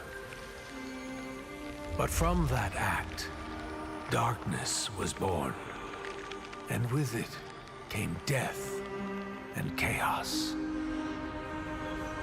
These cosmic forces, two sides of the same coin, would shape the history of the Land of Dawn for millennia. With prosperity and enlightenment came suffering and brutality. Led by the god of light and the god of darkness, the two opposing forces dragged the fate of all living things into their eternal conflict.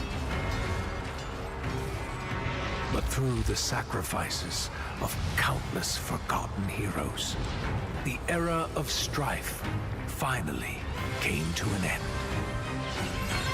The gods were banished from this world, and peace was restored. Life flourished soon after, and great civilizations sprung up across the world. Eruditio among them. This would be known as the Golden Age. Of course, this is our history that every scholar in Eruditio knows by heart. But when I was swept into the infinite gateway, I looked back and saw something different. I saw the North consumed by the blight of war. I saw the Great Plains ravaged and soaked in blood. I saw the forests and mountains turned against each other. I saw a broken world engulfed in flames. We were foolish to think the gods had been vanquished. Even now, their influence drives us toward destruction. And their return will bring about the great calamity. I can no longer afford to be a bystander, and neither can you. Or anyone else who calls this world home. Now is the time to take our stand. So, where do we start?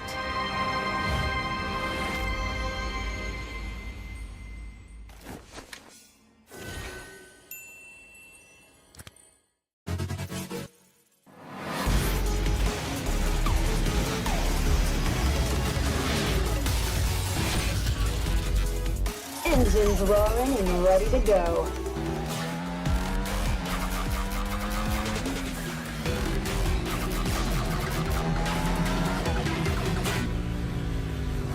Nothing beats the adrenaline rush. 3, 2, 1, go! I feel like a monster on this thing. Heads up! Engine blast! Overdrive! Engine blast! Heads up, engine blast! Hitting the apex. Too slow. Out of my way. Hitting the apex. Nice ride, but I prefer mine.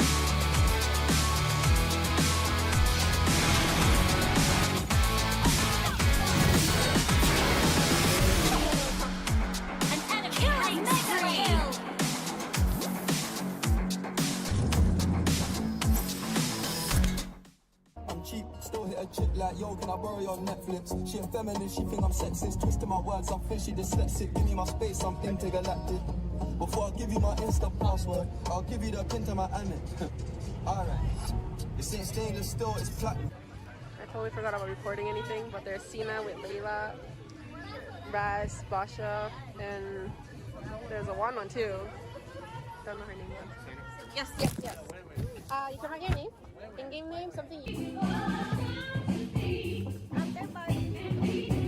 The game didn't even start yet. She's like, at the party. General is here. Joseph General is here.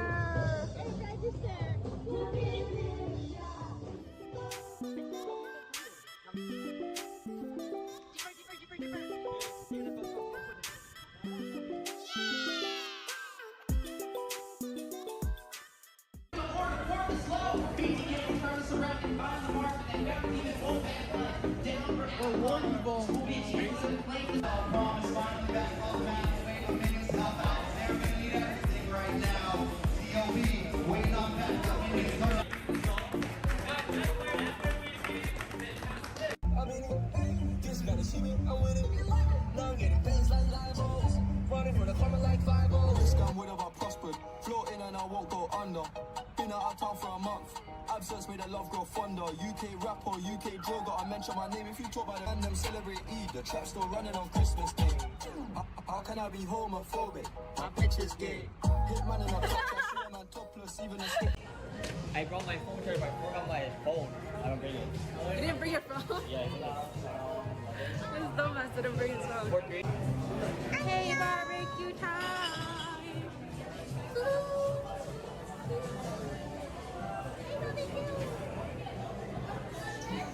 My husband was here. This is my bias. Oh, that's your bias? Mommy likes Stray Kids. I like Shiga.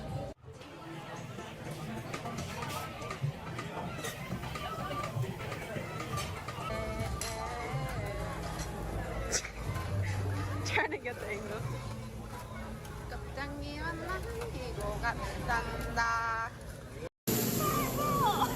Oh my god, okay.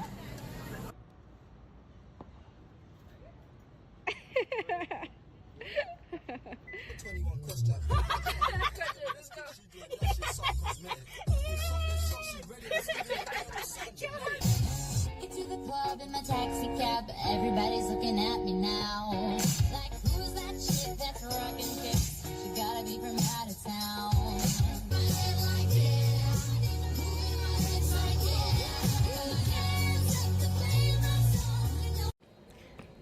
Nami and Replane dropped me off at the airport. I am going to check in now. I already checked it. I need to go to security. I'll talk to y'all after that. Bye bye. This ain't stainless steel, it's platinum. Dinner table, I got manners. T-shirt tucked in, napkin. Still loading, that's the caption. I've only amounted a minimal fraction. Eat good, I got indigestion. There's snow in my hood, no aspirin. Can't get rid of my pain with aspirin. Dave just came in at Aston, I'm making that Maybach music. They tryna insult my intelligence, sometimes I may ask. Payback time.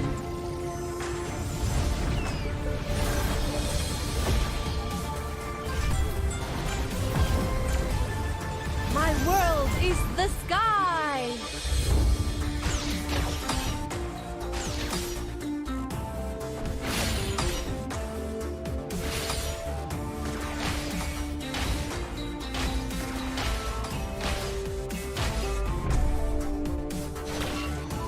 You don't know how close death is.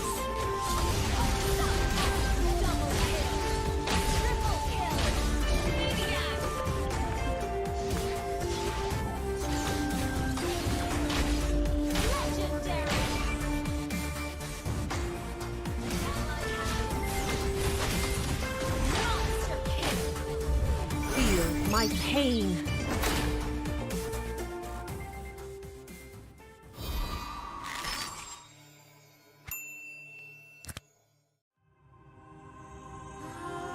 The Creator gave light to the world, bringing life, warmth, and order. But from that act, darkness was born, and with it came death and chaos. These cosmic forces, two sides of the same coin, would shape the history of the Land of Dawn for millennia. With prosperity and enlightenment came suffering and brutality. Led by the God of Light and the God of Darkness, the two opposing forces dragged the fate of all living things into their eternal conflict. But through the sacrifices of countless forgotten heroes, the era of strife finally came to an end. The gods were banished from this world, and peace was restored. Life flourished soon after, and great civilizations sprung up across the world. Eruditio among them. This would be known as the Golden Age. Of course, this is our history that every scholar in Eruditio knows by heart. But when I was swept into the infinite gateway, I looked back and saw something different. I saw the North consumed by the blight of war. I saw the Great Plains ravaged and soaked in blood. I saw the forests and mountains turned against each other. I saw a broken world engulfed in flames.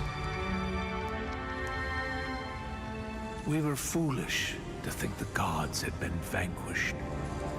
Even now, their influence drives us toward destruction. And their return will bring about the great calamity. I can no longer afford to be a bystander, and neither can you. Or anyone else who calls this world home. Now is the time to take our stand. So, where do we start?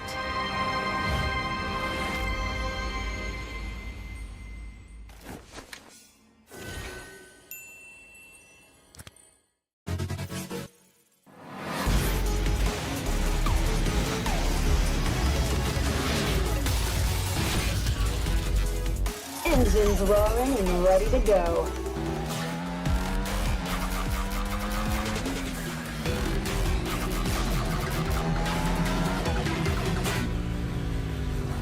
Nothing beats the adrenaline rush.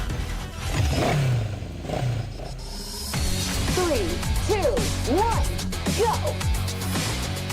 I feel like a monster on this thing. Heads up! Engine blast! Overdrive! Engine blast!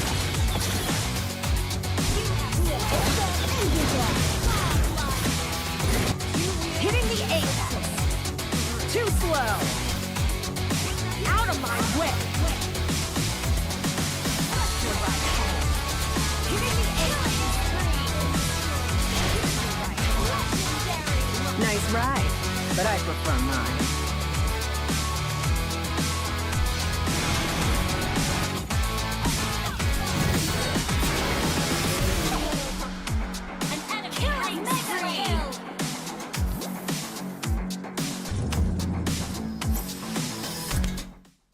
Cheap, still hit a chick like, yo, can I borrow your Netflix? She a feminist, she think I'm sexist. Twisting my words, I think she dyslexic. Give me my space, I'm intergalactic. Before I give you my Insta password, I'll give you the pin to my Amex. Alright. This ain't stainless steel, it's platinum. I totally forgot about recording anything, but there's Sina with Layla, Raz, Basha, and there's a one too. Don't know her name yet. Yes. You can write your name. In-game name, something you... The game didn't even start yet. She's like, at the party. General is here. Joseph General is here.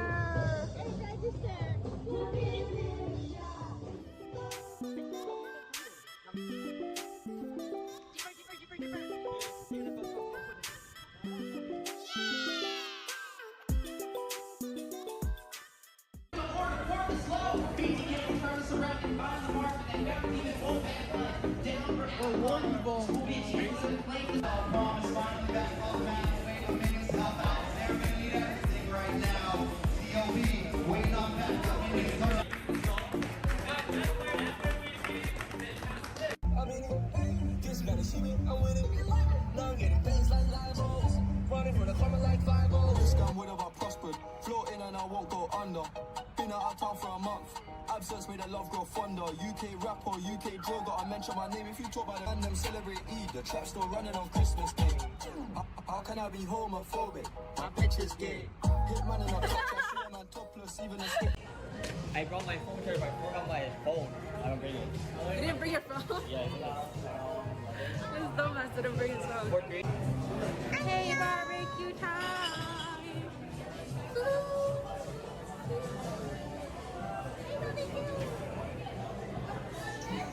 My husband was here. This is my bias. Oh, that's your bias? Mommy likes Stray Kids. I like Shiga.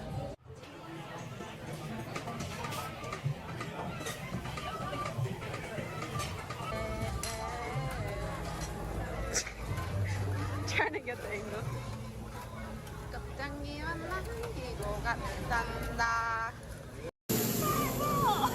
Oh my god, okay.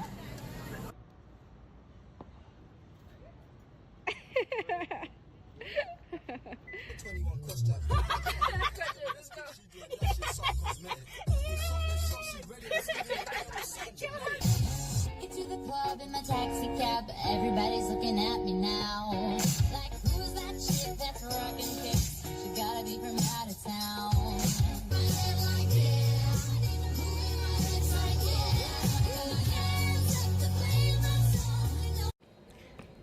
Mommy and Repan dropped me off at the airport. I am going to check in now. I already checked it. I need to go to security. I'll talk to y'all after that. Bye bye. This ain't stainless steel, it's platinum. Dinner table, I got manners. T-shirt tucked in napkin. Still loading, that's the caption. I've only amounted a minimal fraction. Eat good, I got indigestion. There's snow in my hood, no aspirin. Can't get rid of my pain with aspirin. Dave just came in at Aston, I'm making that Maybach music.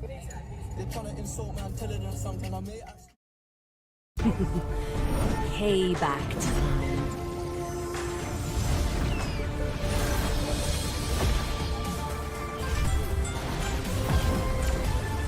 My world is the sky!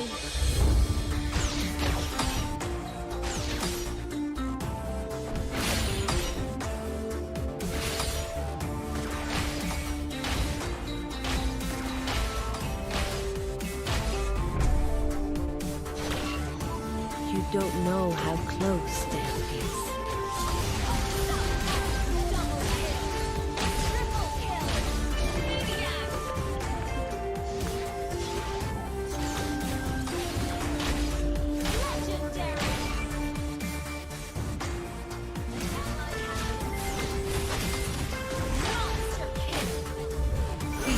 my pain.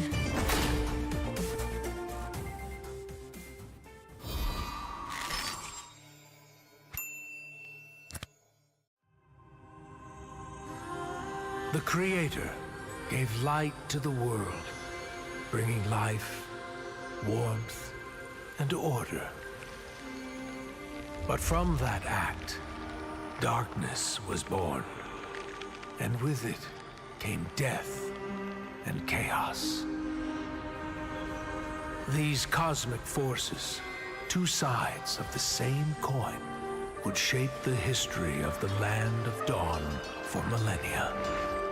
With prosperity and enlightenment came suffering and brutality.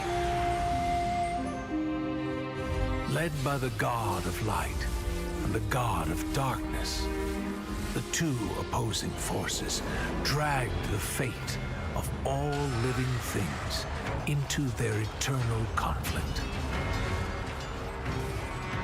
But through the sacrifices of countless forgotten heroes, the era of strife finally came to an end. The gods were banished from this world, and peace was restored. Life flourished soon after, and great civilizations sprung up across the world. Eruditio among them. This would be known as the Golden Age. Of course, this is our history that every scholar in Eruditio knows by heart.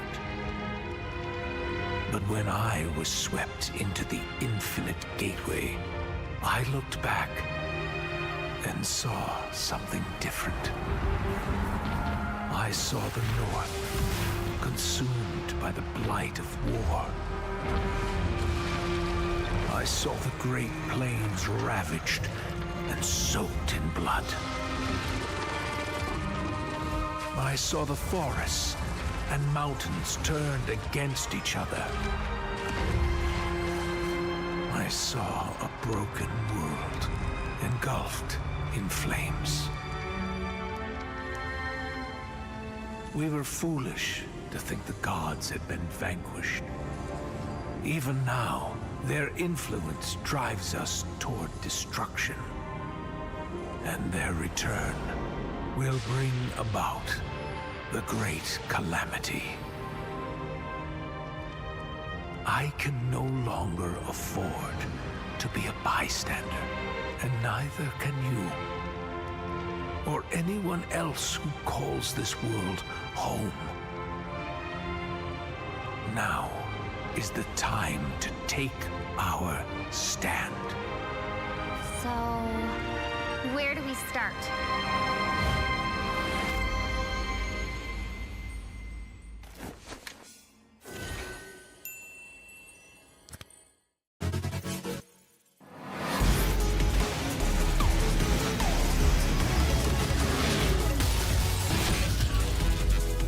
Engines roaring and ready to go.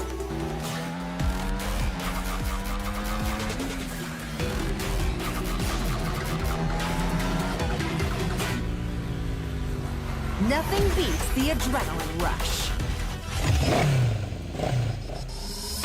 3, 2, 1, go! I feel like a monster on this thing. Heads up! Engine blast! Overdrive! Engine blast! Engine blast! Hitting the apex. Too slow. Out of my way. Hitting the apex. Nice ride, but I prefer mine.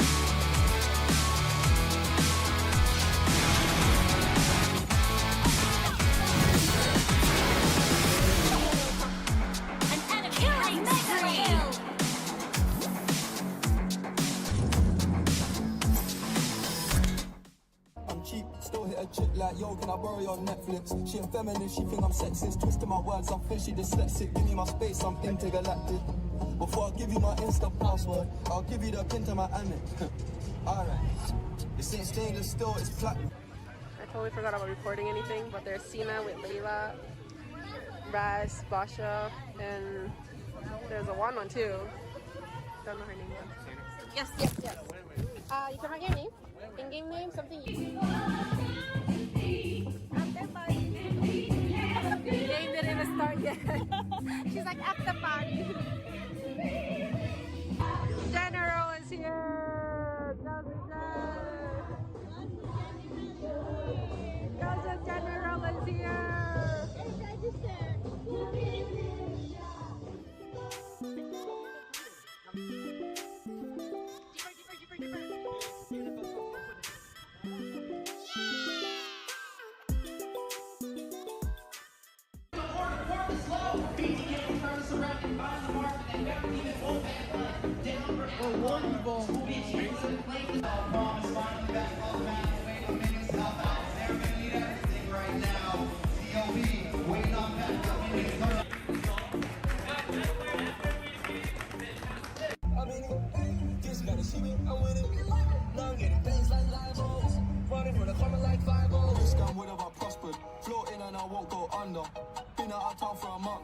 Absence made the love grow fonder. UK rapper, UK drill, gotta mention my name. If you talk about it and them celebrate Eid, the trap's still running on Christmas Day.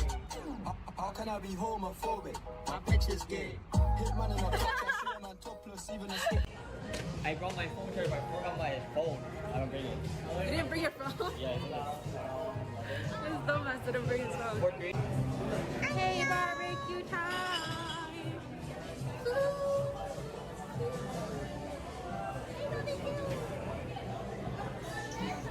My husband was here. This is my bias. Oh, that's your bias? Mommy likes Stray Kids. I like Shiga.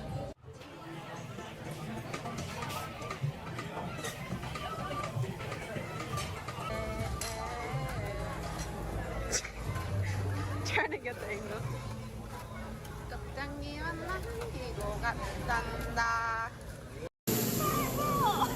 Oh my god, okay.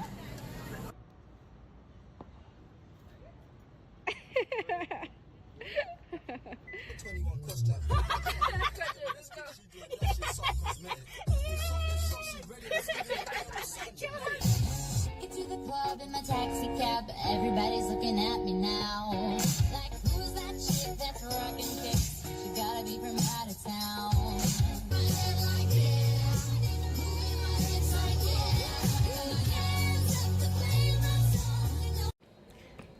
Mommy and Rupin dropped me off at the airport. I am going to check in now. I already checked it. I need to go to security. I'll talk to y'all after that. Bye bye. This ain't stainless steel, it's platinum. Dinner table, I got manners. T-shirt tucked in, napkin. Still loading, that's the caption. I've only amounted a minimal fraction. Eat good, I got indigestion. There's snow in my hood, no aspirin. Can't get rid of my pain with aspirin. Dave just came in at Aston, I'm making that Maybach music. They're trying to insult my intelligence, something I may ask. Payback time.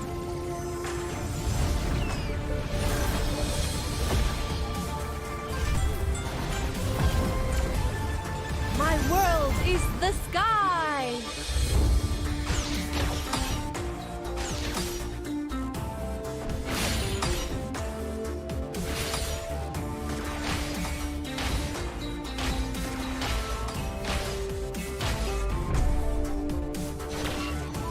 You don't know how close death is.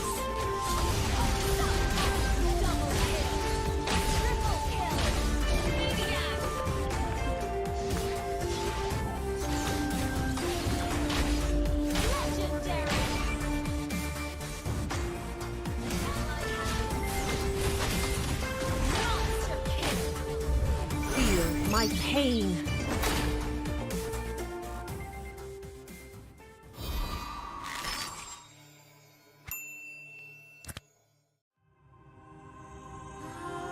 The Creator gave light to the world, bringing life, warmth, and order.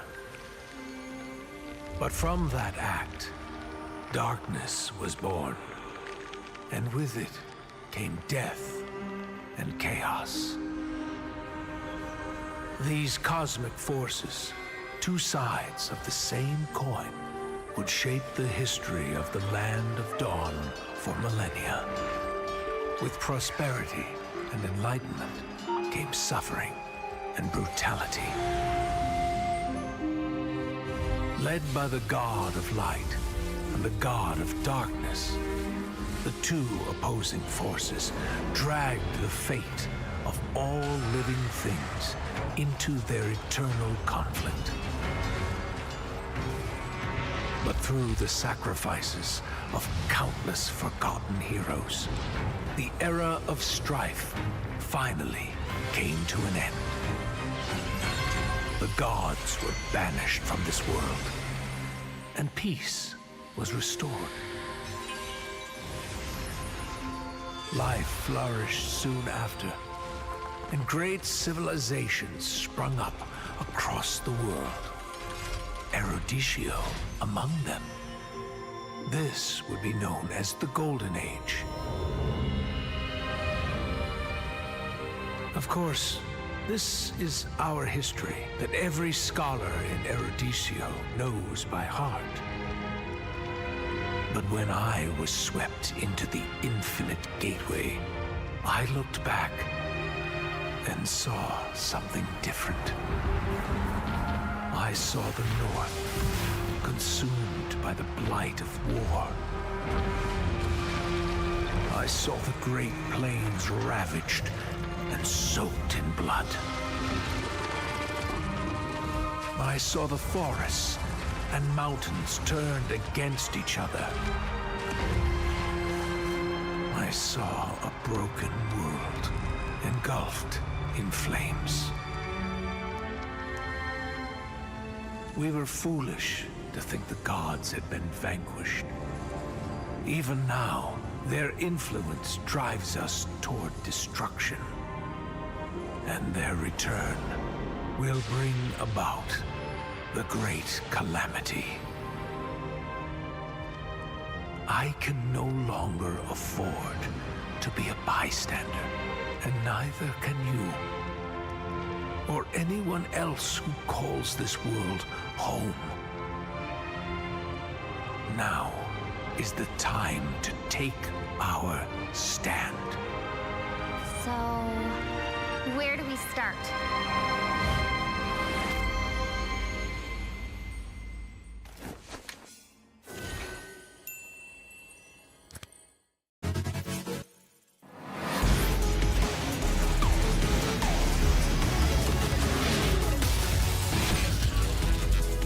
Engines roaring and ready to go.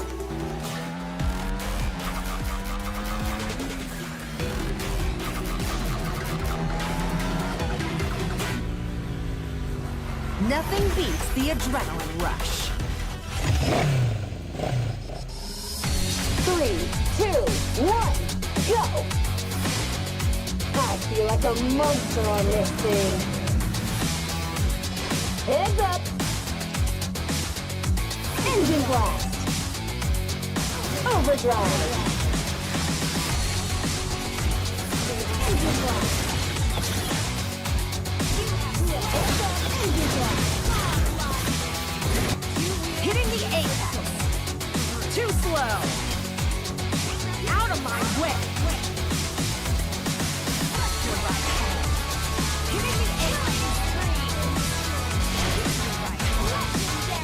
Nice ride, but I prefer mine.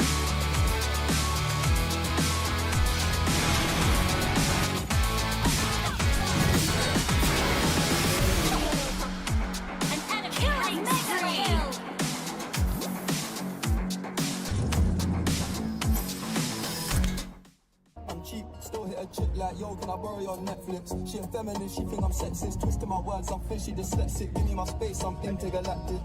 Before I give you my Insta password, I'll give you the pin to my Amex. Alright. This ain't stainless steel, it's platinum. I totally forgot about recording anything, but there's Sina with Layla, Raz, Basha, and there's a Wanwan too. Don't know her name yet. Yes. You can write your name. In-game name, something you... The game didn't even start yet. She's like, at the party. General is here. Gozo General is here.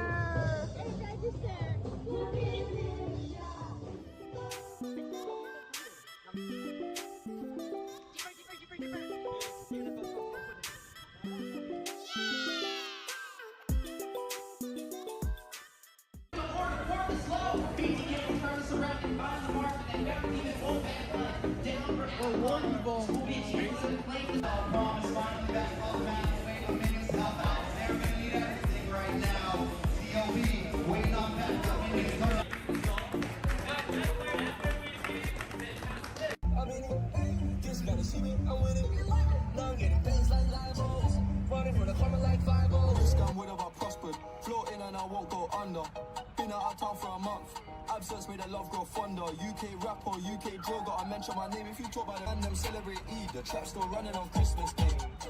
How can I be homophobic? My bitch is gay. Hit man in a top, I see a man topless, even a stick. I brought my phone here, but I forgot my phone. I don't bring it. You didn't bring your phone? Yeah, it's not. This dumbass didn't bring his phone. Hey, barbecue time!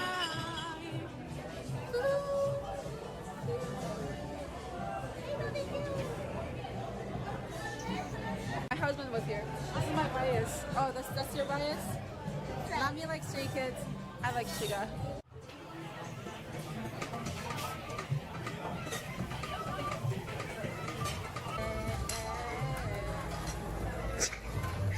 Trying to get the angle.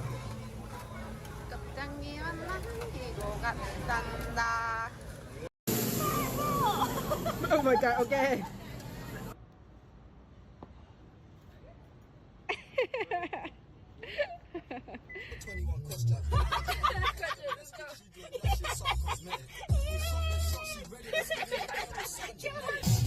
Get to the club in my taxi cab, everybody's looking at me now.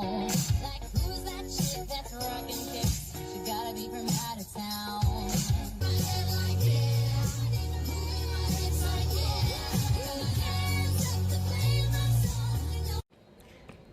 Mommy and Replane dropped me off at the airport. I am going to check in now.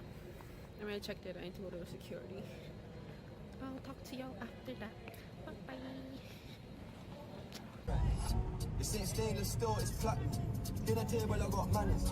T-shirt tucked in napkin. Still loading, that's the caption. I've only amounted a minimal fraction. Eat good, I got indigestion. There's snow in my hood, no aspirin. Can't get rid of my pain with aspirin. Dave just came in at Aston, I'm making that Maybach music. They're trying to insult my intelligence, sometimes I may ask. Payback time.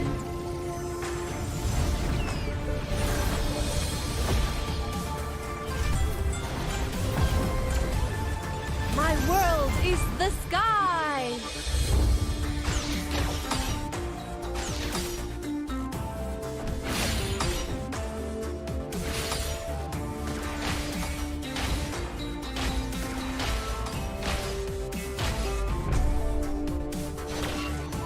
You don't know how close death is.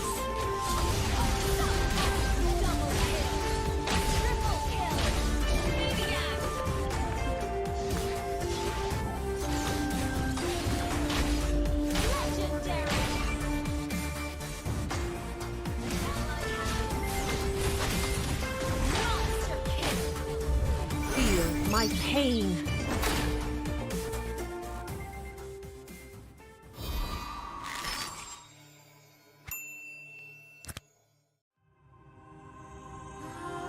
The Creator gave light to the world, bringing life, warmth, and order. But from that act, darkness was born, and with it came death and chaos. These cosmic forces, two sides of the same coin, would shape the history of the Land of Dawn for millennia. With prosperity and enlightenment came suffering and brutality. Led by the god of light and the god of darkness, the two opposing forces dragged the fate of all living things into their eternal conflict. But through the sacrifices of countless forgotten heroes, the era of strife finally came to an end. The gods were banished from this world, and peace was restored. Life flourished soon after, and great civilizations sprung up across the world. Eruditio among them. This would be known as the Golden Age. Of course, this is our history that every scholar in Eruditio knows by heart. But when I was swept into the infinite gateway, I looked back and saw something different. I saw the North consumed by the blight of war. I saw the Great Plains ravaged and soaked in blood. I saw the forests and mountains turned against each other. I saw a broken world engulfed in flames. We were foolish to think the gods had been vanquished. Even now, their influence drives us toward destruction. And their return will bring about the great calamity. I can no longer afford to be a bystander, and neither can you, or anyone else who calls this world home. Now is the time to take our stand. So, where do we start?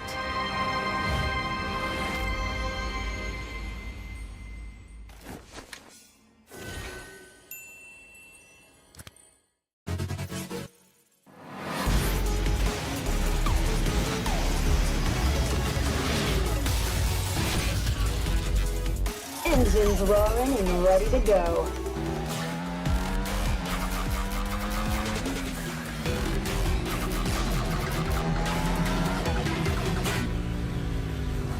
Nothing beats the adrenaline rush. 3, 2, 1, go! I feel like a monster on this thing. Heads up! Engine blast! Overdrive! Engine blast! Engine blast! Hitting the apex. Too slow. Out of my way. Hitting the apex. Nice ride, but I prefer mine.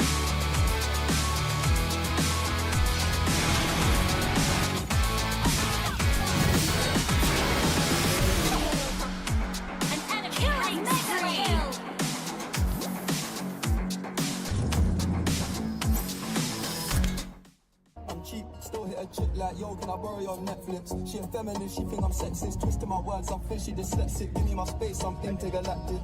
Before I give you my Insta password, I'll give you the pin to my Amex. Alright. This ain't stainless steel, it's platinum. I totally forgot about recording anything, but there's Sina with Layla, Raz, Basha, and there's a one too. Don't know her name yet. Yes. You can write your name. In-game name, something you... The game didn't even start yet. She's like, at the party. General is here. General is here.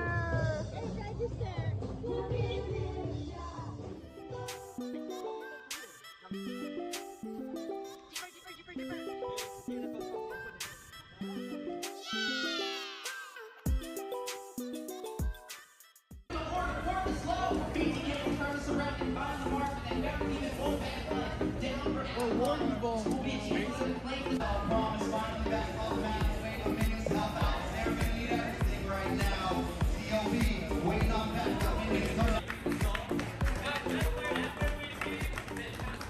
in it, just gotta see me, I'm with it.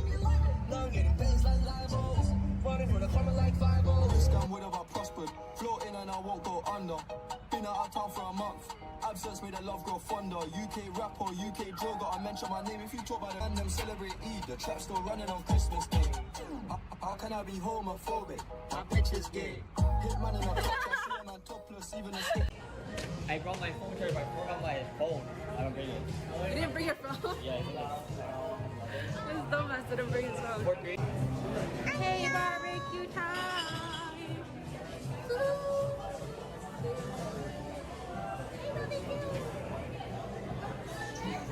My husband was here. This is my bias. Oh, that's your bias?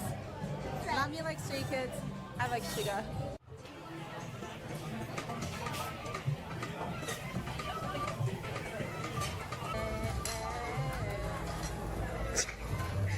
Trying to get the angle.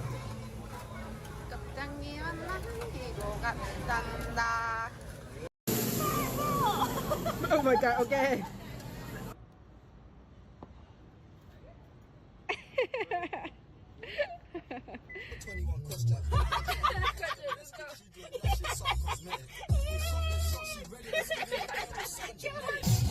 Get to the club in my taxi cab, everybody's looking at me now. Like, who's that chick that's rocking kicks? She gotta be from out of town.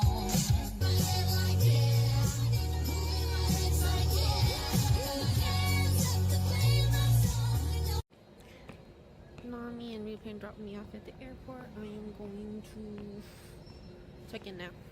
I already checked it. I need to go to security. I'll talk to y'all after that. Bye bye. This ain't stainless steel, it's platinum. Dinner table, I got manners. T-shirt tucked in napkin. Still loading, that's the caption. I've only amounted a minimal fraction. Eat good, I got indigestion. There's snow in my hood, no aspirin. Can't get rid of my pain with aspirin. Dave just came in at Aston, I'm making that Maybach music.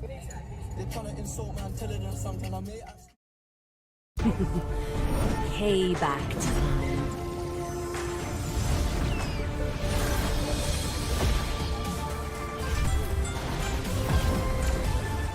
My world is the sky!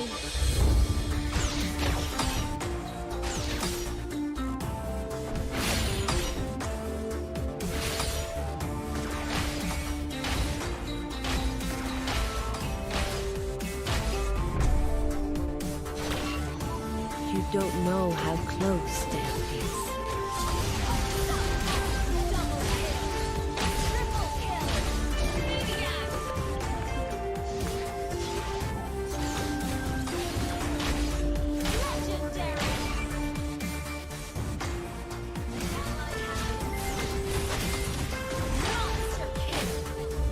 Feel my pain.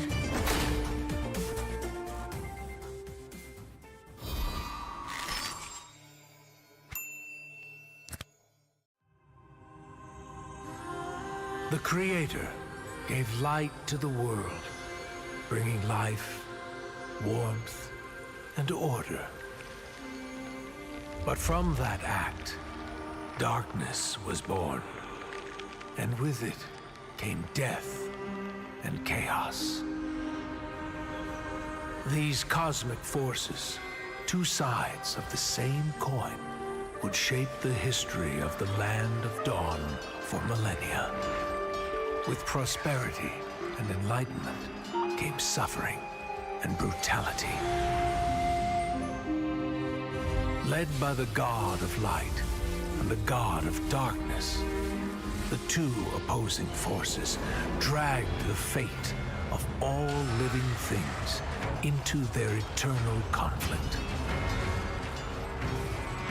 But through the sacrifices of countless forgotten heroes, the era of strife finally came to an end.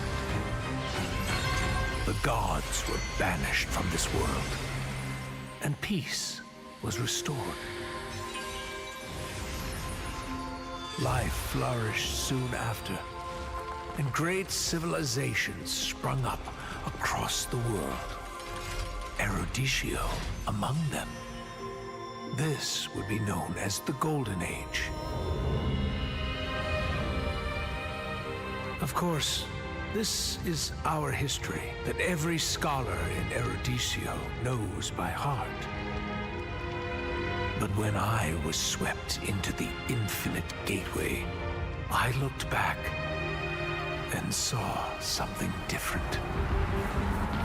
I saw the North consumed by the blight of war. I saw the Great Plains ravaged and soaked in blood. I saw the forests and mountains turned against each other. I saw a broken world engulfed in flames. We were foolish to think the gods had been vanquished. Even now, their influence drives us toward destruction. And their return will bring about the great calamity. I can no longer afford to be a bystander, and neither can you, or anyone else who calls this world home. Now is the time to take our stand. So, where do we start?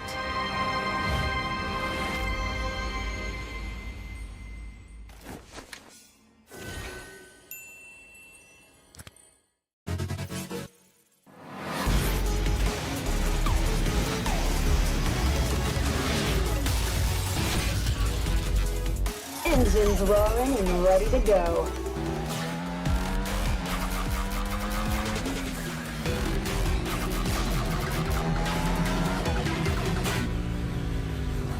Nothing beats the adrenaline rush. 3, 2, 1, go! I feel like a monster on this thing. Heads up! Engine blast! Overdrive! Engine blast! Heads up, engine blast! Hitting the apex. Too slow. Out of my way. Hitting the apex. Nice ride, but I prefer mine.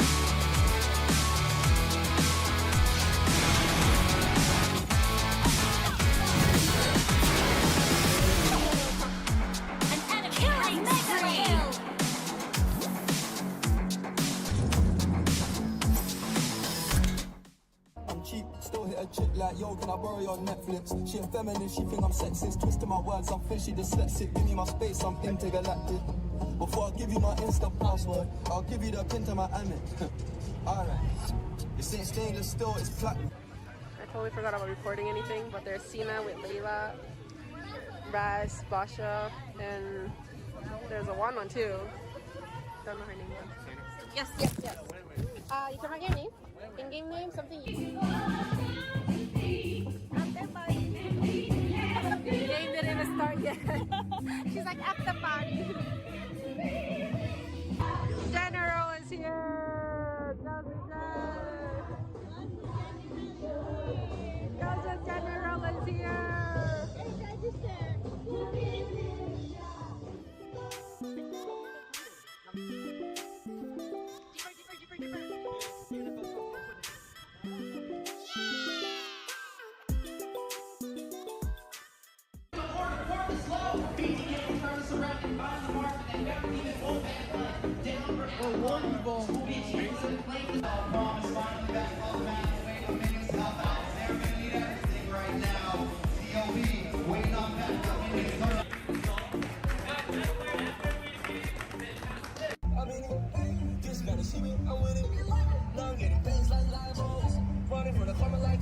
This gun would have prospered. Floating and I won't go under. Been out of town for a month. Absence made the love grow fonder. UK rapper, UK drill, gotta mention my name. If you talk about the man, them celebrate Eid. The trap's still running on Christmas Day. How can I be homophobic? My bitch is gay. Hit man in a top, I see a man topless, even a stick. I brought my phone here, but I forgot my phone. I don't bring it. You didn't bring your phone? Yeah, This dumbass didn't bring his phone. Hey, barbecue time!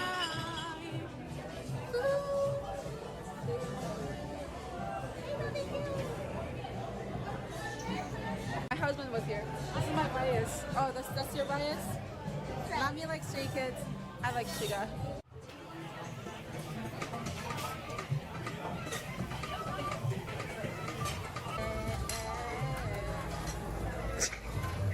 Trying to get the angle.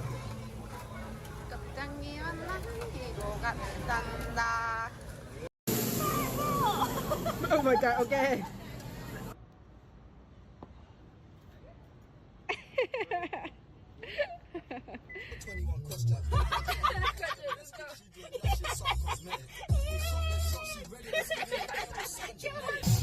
Get to the club in my taxi cab, everybody's looking at me now. Like, who's that chick that's rocking kicks? She gotta be from out of town.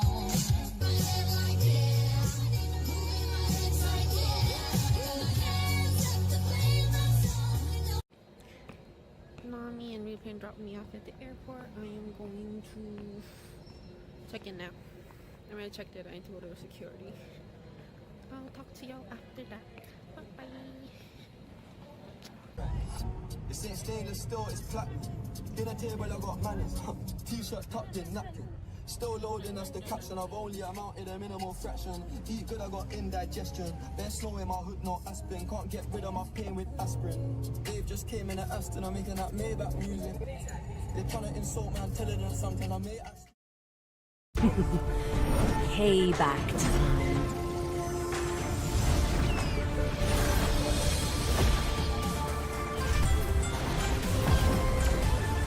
My world is the sky!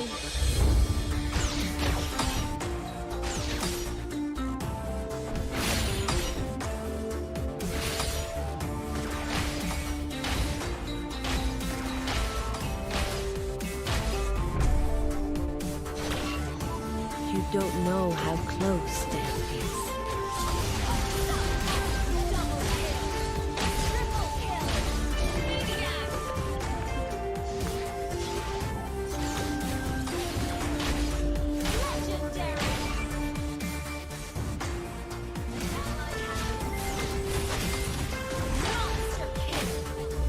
Feel my pain.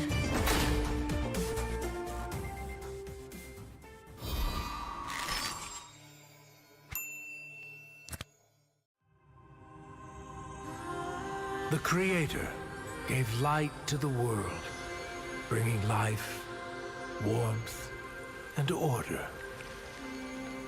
But from that act, darkness was born, and with it came death and chaos. These cosmic forces, two sides of the same coin, would shape the history of the Land of Dawn for millennia. With prosperity and enlightenment came suffering and brutality. Led by the God of Light and the God of Darkness, the two opposing forces dragged the fate of all living things into their eternal conflict. But through the sacrifices of countless forgotten heroes, the era of strife finally came to an end.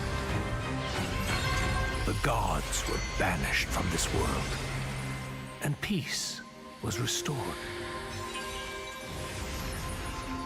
Life flourished soon after, and great civilizations sprung up across the world. Eruditio among them. This would be known as the Golden Age. Of course, this is our history that every scholar in Eruditio knows by heart. But when I was swept into the infinite gateway, I looked back and saw something different. I saw the North consumed by the blight of war. I saw the Great Plains ravaged and soaked in blood. I saw the forests and mountains turned against each other. I saw a broken world engulfed in flames. We were foolish to think the gods had been vanquished. Even now, their influence drives us toward destruction. And their return will bring about the great calamity. I can no longer afford to be a bystander, and neither can you, or anyone else who calls this world home. Now is the time to take our stand. So, where do we start?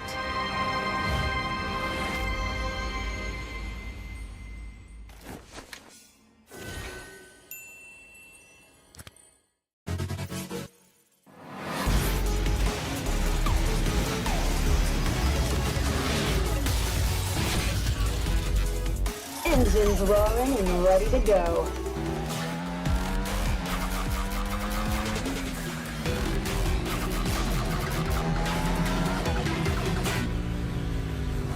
Nothing beats the adrenaline rush. 3, 2, 1, go! I feel like a monster on this thing. Heads up! Engine blast! Overdrive! Engine blast! Heads up, engine blast!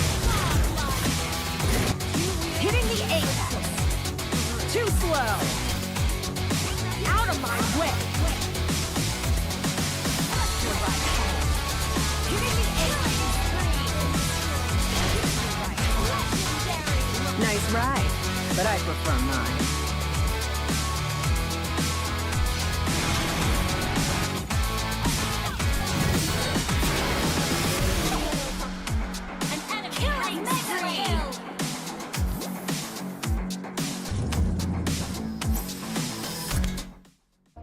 Still hit a chick like, yo, can I borrow your Netflix? She a feminist, she think I'm sexist. Twisting my words, I think she dyslexic. Give me my space, I'm intergalactic. Before I give you my Insta password, I'll give you the pin to my Amex. Alright. This ain't stainless steel, it's platinum. I totally forgot about recording anything, but there's Sina with Layla, Raz, Basha, and there's a one too. Don't know her name yet. Yes. You can write your name.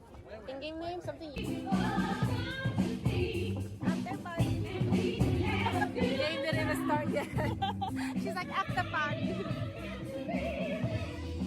General is here! Gaza General is here!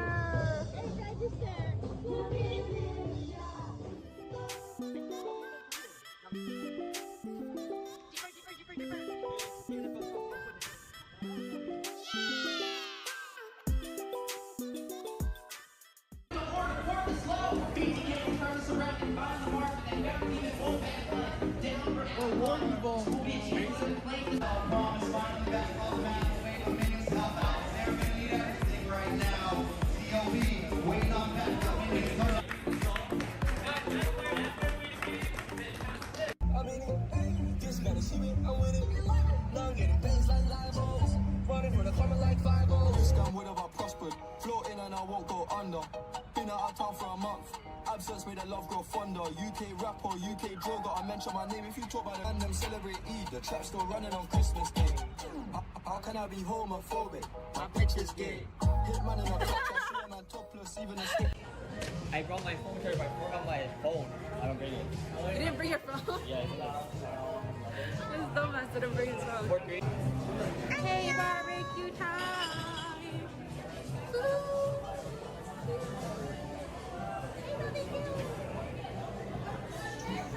My husband was here. This is my bias. Oh, that's your bias? Mommy likes Stray Kids. I like Shiga.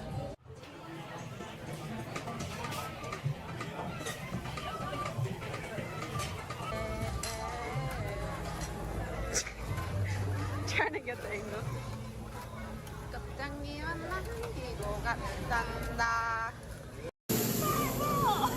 Oh my god, okay.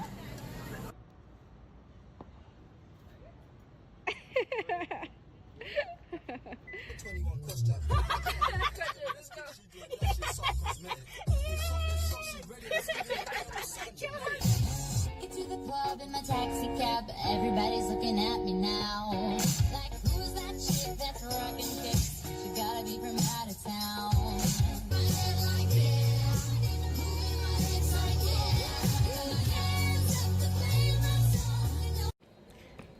Mommy and Rupin dropped me off at the airport. I am going to check in now. I'm gonna check that I need to go to security. I'll talk to y'all after that. Bye bye. It's in stainless steel, it's platinum. Dinner table, I got manners. T-shirt tucked in napkin. Still loading, that's the caption. I've only amounted a minimal fraction. Eat good, I got indigestion. There's snow in my hood, no aspirin. Can't get rid of my pain with aspirin. Dave just came in at Aston, I'm making that Maybach music. They're trying to insult my intelligence sometimes. I may ask. Payback time.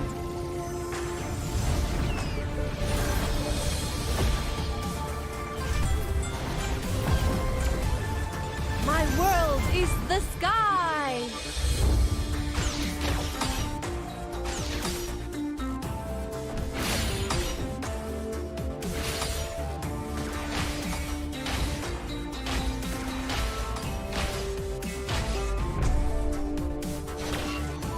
You don't know how close death is.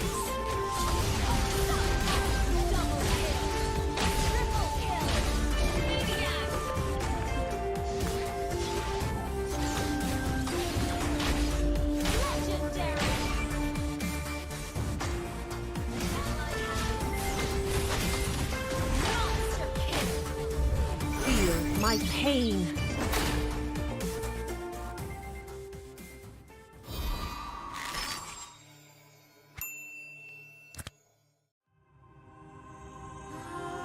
The Creator gave light to the world, bringing life, warmth, and order.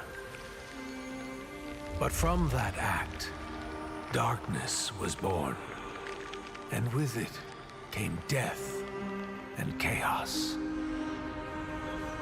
These cosmic forces, two sides of the same coin, would shape the history of the Land of Dawn for millennia. With prosperity and enlightenment came suffering and brutality. Led by the God of Light and the God of Darkness, the two opposing forces dragged the fate of all living things into their eternal conflict.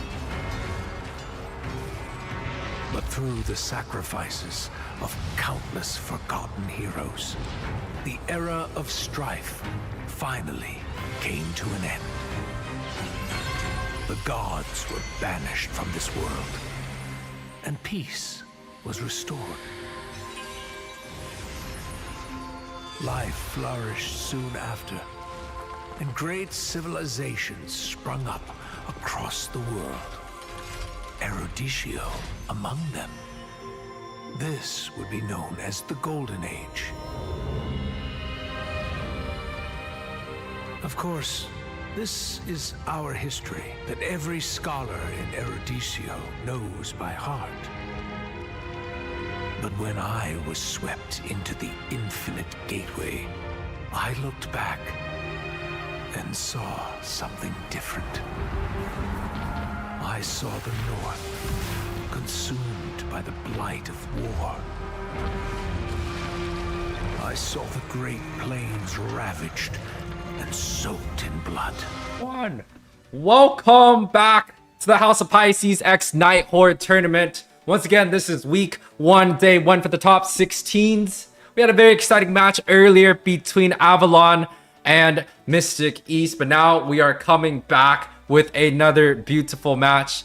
And House of Pisces has partnered up with Nighthorde and MLSA to provide 16 teams the opportunity to compete in a single elimination tournament for a total prize pool of $1,000 and also 100k diamonds provided by Moonton. And today on the desk, you saw him before. Again, we see him now once again. Rem with $1,000. What do you think you're gonna be doing with the total prize pool money? Definitely getting Vexana's collector skin. Hands down. It's beautiful. 110%. Yeah, it's a really good skin, but I'm excited to know what these teams are going to be doing, not only with the money, but with the drafts. I'm ready to jump right in. So on the blue side, you guys, we have Dark Immortals, and on the red side, we're going to have Idyllics. Now, I'm familiar with these teams. These teams are actually Season 1 MLSA teams. OGs. So I'm rooting. I'm rooting for both these teams. I've seen their development, and speaking of development, Dark Immortals has put in so much work. They actually started out as a trilogy with 3 different teams, and Dark Immortals essentially became the brainchild, the standout, if you may, and they've definitely been putting in a lot of work. Idyllics as well. They've never just gone off the table. They've been consistent, doing their own thing, not only in terms of competing, but just sticking together and continuing to finalize rosters and stuff like that. So good things can be expected from both these teams here. Yeah, a lot of good things being expected from both teams here. The bans are all on the table. Rem, a lot of interesting strategies coming out from both teams. You know, we have Dark Immortals that focus solely on banning out junglers, 2 assassin picks and 1 sustained jungler. It means that Fredrin pick is just even more exciting. And it might be even the first pick coming out from the side of Dark Immortals. But on the other hand, Idolics opting to ban out 2 of the support picks along with the Rithel. We've seen that Ducati in action earlier in both of the previous games. So, you know, but one thing that's still on the board, the Wrath is still available. The Fredrin looking like it's about to be flex shown, but there's also the Kaja, there is also the Valentina, so a lot of heroes still available here. You know, you called out Kaja and Valentina. These are comfort picks for Dark Immortals, the Grok as well. They do tend to go in for some of those sustainable picks, in terms of even in the mid lane matchups. We can potentially see a Novaria, a Valentina, or a Faramis. They tie these heroes into their composition. They like having control in that mid lane. They like heroes that they can have easy rotations on. So they are quick with the ganks and the engages. So that's something you can potentially expect to see coming out from the side of Dark Immortals. Now with Idyllics, I know Gia, she loves, I've seen her on the support. She's played the Lolita. I've seen her being very proficient on the Lolita. But speaking of supports, they're going to go ahead and lock in the Rafaela as well as the Valentina. Both sustain. They're going for some sustain here. It's definitely a strong opening coming out from both teams. This is kind of the draft that we'd like to see. Edith is also a crowd favorite, typically on the roaming side of things, but Edith is one of those picks where it can be flexed onto the XP and also roam. So, you know, the strategy coming out from Dark Immortals definitely gives them a bit more flexibility. Now, with the Rithel being banned out, definitely seems like Bruno is a strong pick. And, you know, we kind of went over it on the last game where we were talking about Bruno receiving nerfs here and there. And Rev, you tell me Bruno needs even more nerfs, huh? Yes, like the damage that he's able to dish out once he picks up that has claws, as well as the Berserker's Fury, and even I can't remember the name, but it's one of the Windtalker, recent Dragon, yeah, Dragon Spear, Dragon Spear, yes. The damage he dishes out with those core items, they make Trinity build look like a joke.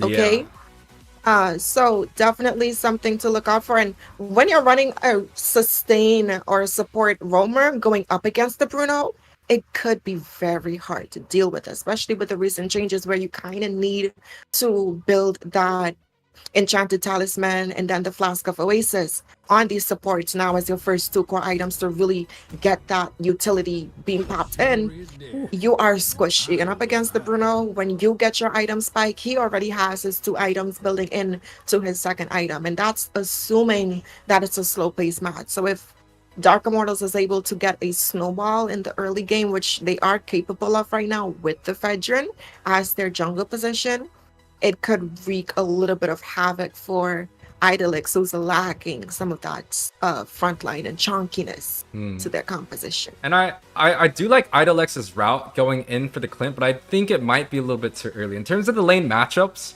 when we talk about the Clint and the Bruno, both of them are quite good early game. Bruno kind of has a little bit more siege power, especially if he lives throughout these team fights. But Clint is able to build a little bit more defensive, right? We see a lot of Clints. They could go for something like the armor boots, even maybe some of the armor items along with something like a thunder belt. So there's quite a bit of item choice the Clint can have. But what is a little bit worrying about me, you kind of mentioned it earlier, the chonkiness coming out from Dark Immortals are quite nice. They have the Fredrin, they have the Edict, which has kill pressure on the roam position. But Idolix opting to go for the support route. So if they don't have a very strong frontline, for example, right, a Terizla would definitely match well in terms of Idolix's XP position. Maybe we go for a Tink, Martis, or even a Kai to provide a little bit more frontline sustain. So those are the type of heroes that I think Idolix should route for. The Nolan does get banned out. It's one of the new heroes coming through, but I'm not exactly sure where that's going to be. But Rem disappearing from the caster's desk real quick. I don't know if he's still here. Oh my gosh. Testing. You are live in my ears, but just the feed. Your feed has gone a little bit, but ooh, perfect. And we're back in business just like that. Oh my gosh, we have reappeared, you guys. We have reappeared. No need to fear. Master Ram is still here, okay? You know what I would like to see? You know, I got some of those. You know what I would like to see coming in from Idyllics? I feel like something like the X-Borg in their jungle position would also work out going up against this Fredrin as well as the Edith, right? And he does have the Rafaela as well to boost some of that sustain in terms of movement, sustain, and then utility on top of it. So I feel like that could be a very safe pick. And then they can really hold out on the EXP laner because, as you mentioned before, this Edith can be a flex pick into that roam or that EXP lane. So I do definitely think that is something that they can potentially go for the side of Idyllics here. Well, I like the X-Borg in the jungle, but I do think X-Borg might do quite well in the XP lane also. It's something that's really hard to gank, right? You have the Auraga armor. You know, it's kind of like an immortality, a second chance life. So when people are going in for the ganks, it's a little bit hard. And Idolix opting to go for this Martis. We talked about it earlier. Hopefully he goes a little bit more on the sustained route because paired up with the Wrath, it almost makes him unkillable. And especially with the decimation, if he's able to get a kill or two along with killing spree, this man's going to be charging like a ninja in Naruto. Absolutely right. I feel like the Martis, we've seen it time and time again, the pairings versus the Fredrin. It's kind of like, it's in their lore at this point. As players, these are kind of the nemesis, you know, the arch enemies. So I do think he does fare up well up against the Fredrin. So it's just going to be who's able to get that early game advantage. And that's going to determine how that early to mid game pathing is going to go here. And Enchantress, they are picking up this Farsa. I like it. Currently, there's no one that can... well, there was no one who can dive the backline. But I like the Lapu pick in response to that. He does well up against the Terizla. And then he also can put some pressure onto Farsa when she does go in for that footed airstrike. So I like it. Even popping out the wings by wings to force that out. It does have a relatively long cooldown now with that 20 seconds. So he's going to be able to put on a lot of pressure if he's able to get to that backline successfully. Yeah, honestly, though, for me, I'm a little bit worried about Idolix's draft here. It doesn't feel like they have a secure front line. They have the Martis, which is able to soak up a little bit of the CC, but is he able to dodge out every crowd control that Dark Immortals sense? They have the penalty zone, they have the Primal Wrath, they have so much stuns, even coming out with the Fredge and with the Walking Petrify. Like, it worries me a little bit for the side of Idyllics to be able to kind of, I guess, secure objectives and making sure that the Martis is not stunned. Because I don't think the Raphael, especially with something like a Sprint and not Purify, is going to be able to take out so many things. But Rem, take us in game 2, day 1. We're going into the second series of the night, you guys. This is Dark Immortals versus Idyllics. These are MLSA babies. They were there from season 1. So both these teams have a lot of capabilities going for them. Dark Immortals previously placed, I think, top 12 in the past in ACT tournament. So they definitely do have a lot of strong things going for them. So let's see if Idyllics has what it takes to put up a fight and put Dark Immortals into the light and show them mortality. Wow, that's a beautiful opening coming out from Rem. A little bit of action coming in from bot side. It's 1 versus 2 situation, and actually Charizla is the one that comes out ahead on this matchup now. Ooh, a Retribution coming out. It is going to be advantage for the side of Dark Immortals here, and they're coming out with the lead, right? They're able to sustain against 2 of the members on the bot side, along getting with that cabbage. Definitely feels like Dark Immortals are walking in ahead, and they get the first mid clear along with a small rotation gank, but definitely feels like Kobe on that talk side smells out this trap here. And this is what I mentioned, right? With Dark Immortals, they really like to prioritize getting these early rotations. We are seeing a flicker coming out from Charizla here, so he's not going to be able to get that set for the first turtle, but he's getting stung quite low. He's gonna deny his level 4, and that's gonna be first. No, he actually popped the regen, which saved his life. And beautiful micros coming in from the side of Idyllics there, but they're not done. They're still poking out, trying to get as much advantage as they could pre-neutral objective. Well, it definitely feels like the side of Dark Immortals, they have the advantage on the XP side, so they're able to get quite ahead. The lane clear is nice for Charizla. He doesn't have the flicker available, but he should still be able to come through with some crowd control. Idyllics, 2-man, the Farsa ultimate does come out the Feather Air Strike, but Idyllics seems to smartly back off here as they just don't have enough to contest this neutral objective. Yeah, it's good discipline coming in from them here, but Stong in the bot side, we do see the penalty zone going down. The Bravest Fighter stance did pop down. And again, he survived, and it's just the good micro and timing of when you're going to pop those regen to make sure that you don't die from that pending damage that's going to be coming in from this Charizla there. But speaking of things coming in, Idyllics making their way from the top lane, forcing out that flicker, not going to be able to land the stun, but Dark Immortals eat it, landing the flicker in response with the good follow-up coming in with the Feathered Airstrike. Gia forced to use that flicker. Is she going to be able to get away? We do see Farsa chasing with the Wings by Wings, but unfortunately she's not going to be fast enough, and Idyllics is going to escape untouched. Yeah, Dark Immortals had the 2-man knock-up set coming out from Kovsky. He's looking to get another one on this Raphael. Very disciplined. They're not really trying to go for it, making sure the spells are being hit. And the Raphael, just like I said earlier, without the Purify, it's going to be tough trying to soak up some of these damages, these crowd controls coming out from the side of Dark Immortals. But the steal coming out from bot side, Martis is able to pick up this red buff on the bottom's Jada. Actually doing quite the work here right now. He knows that the advantage is not grouping up on the top side, and he's looking to get the Charizla here.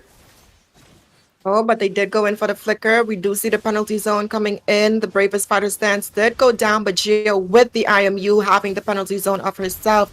Martis securing the kill with the decimation, but being able to secure a kill themselves. Dark Immortals finding Clint in the top side, and that is a good trade if you ask me. The EXP laner for the gold laner in response, that's a trade I'll take any day, UA. Yeah, and you could kind of see the tower, the pushing advantage of Bruno right there. If he's able to live these team fights, he should be able to grab up these towers quite easily, and that is an early advantage rotation coming out for the side of Dark Immortals. They're able to soak up a lot of CCs and making sure that this Bruno can scale well into this late game. Now, Turtle has been reset. The Tango moves on. Kopsky just barely missing that little knockup, but the Fredrin, on the other hand, Super Coley, able to pick up the enemy red buff, orange buff. Absolutely right. And again, I do like the rotations coming in from Dark Immortals. They're set up quite nicely here for this engagement. The turtle is being pulled for both sides, kind of just testing the water right now. Kopsky there in the bush though, looking for the element of surprise, but Stong going into the bush did land a knock up. The feathered airstrike comes down, but a good penalty zone in the back line, finding some of the members, but Martis finding a kill with the decimation. Stong still going in. He did fall, but the CC is too much for the Martis. A good double knock up coming in from Kopsky there, but Bruno finding yet another kill, and he's already snowballing, already being able to pick up that house clause, leaving this Clint 1k behind in terms of gold lead here. Yeah, 1.6k behind the gold lead. He's able to pick up a lot of items, and Clint's still struggling to build up to that first endless. He's able to grab it, but it just might be a little bit too late. They're still rotating on the top side, but you have this Lapu here on the bot side, and I don't think he knows Kopsky is here. Yeah, he definitely has to look out for the rotation. The bravest fighter stance did get forced out, but we're seeing Idyllics trying to force this top side. They want to get Clint off of this lane as soon as possible, but I don't think that they would be able to right now. Terizla does have the sustainability as well as the damage to defend this tower successfully, but Jada Wada is there.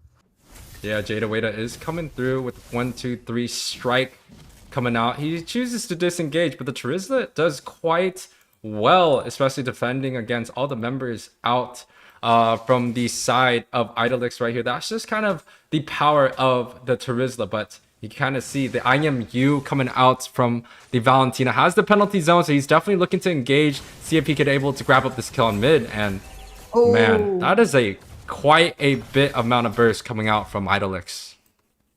Yeah, and once they can continue finding this, that's what they're going to be able to depend on to keep them into this game. But Bruno picking up yet another kill, and he's on a rampage right now. He's 4-0-3, hasn't been taken off of the board right now, which cannot be said for Kobe up on the side of Idyllics here. And the pressure that Dark Immortals is being able to apply on all corners of the map constantly due to them having something like this Terizla on their side is just impressive. And speaking of things that's impressive here, another turtle fight. A premature feathered airstrike though did go down. Yeah, I think it's definitely a premature feathered airstrike because you want to use that spell to zone out, and now Idyllics knows that there's no feather airstrike. They're looking to kind of engage a little bit heavily, but the Terizla has come through the penalty zone, does come out, hits 2 of the members, but also that holy stun coming out. But the turtle does go onto the side of Dark Immortals, looking to grab a little bit more. Bruno able to pick up a kill, but that is going to be a 3-for-1 trade for the side of Dark Immortals as Bruno picks up a double kill, pushing ahead with a 6-0-3 scoreboard for Maxi. And this is what we were talking about in the draft, right? The power of this Bruno, if Dark Immortals was able to secure that snowball, the feathered airstrike goes down for this zoning potential, so they can go ahead and secure this tower in the mid lane. Now they're going to go ahead and direct their attention to the bot side of the map, and they definitely do have what it takes to be able to clear it out. The bravest fighter stance goes down, but Bruno's still chunking him down. The penalty zone did go in. He was able to stun this Terizla under the tower though, but is the tower damage going to be enough? No, the tower is going to fall before he does. That is an even trade, but Bruno picking up that godlike in the bot lane here. We're seeing Jada Wada looking for him, and he's found him. Hide and seek, not going to be able to hide much longer, and that's going to be a double kill into the hands of Jada Wada. That's what Idyllics needs. Find the shutdown, find the momentum, and that's a 4-to-1 trade in favor of Idyllics. Yeah, that's quite a big throw from the side of Dark Immortals as they look to defend on this mid side, but it's just Super Coley by himself. I don't think he's going to be able to do too much against the 4-man squad coming out from Idyllics here. Now, with the kills being on the board, a lot of the gold has actually gone back into Idyllics' pocket. The gold lead is not as significant as before, and they're looking to go for another one here. Yep, looking for Jada Waiter. Good penalty zone as well as putted airstrike in response. The damage goes down with the Appraiser's Wrath, securing a double kill into the hands of Fredrin, but he's not done. He's looking for Matcha on this Rafaela. Does have the speed up with that heal coming in, though Edith landing a knockup, but it's not going to lead to anything more than that. And that was a good follow-up response coming in from the side of Dark Immortals. So Idyllics has to be a little bit more patient and disciplined in terms of how long they stay within the jungle of Dark Immortals right now. Yeah, they gave up to the members and another neutral objective coming out from the side of Dark Immortals. They're practically grabbing all these neutral objectives completely free, and you can see the top side.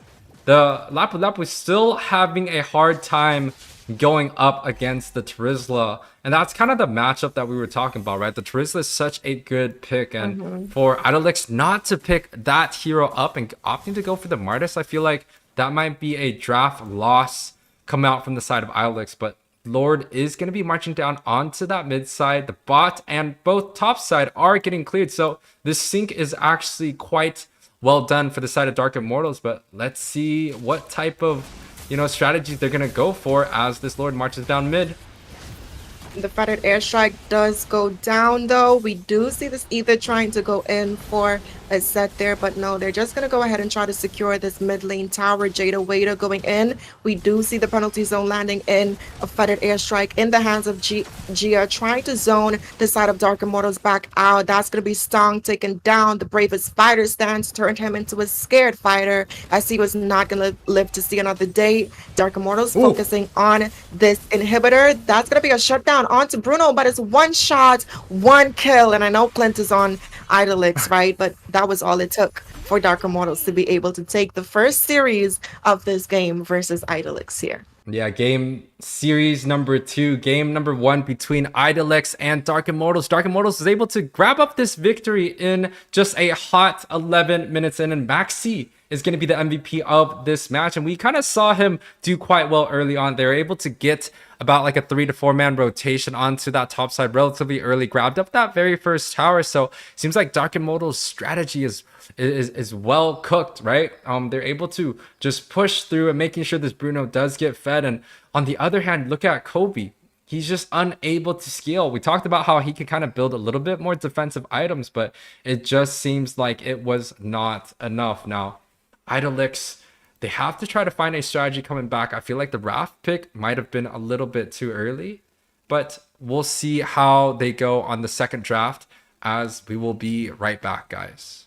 Payback time.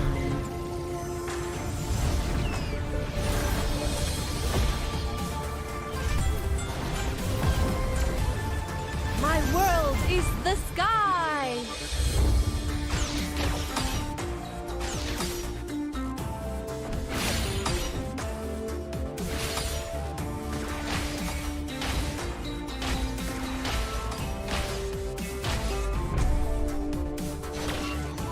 You don't know how close death is.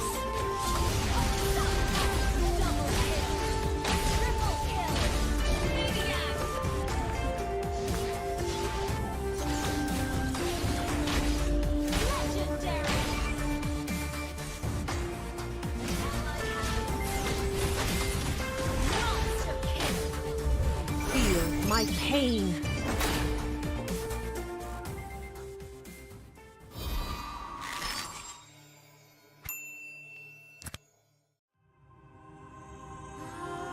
The Creator gave light to the world, bringing life, warmth, and order. But from that act, darkness was born, and with it came death and chaos.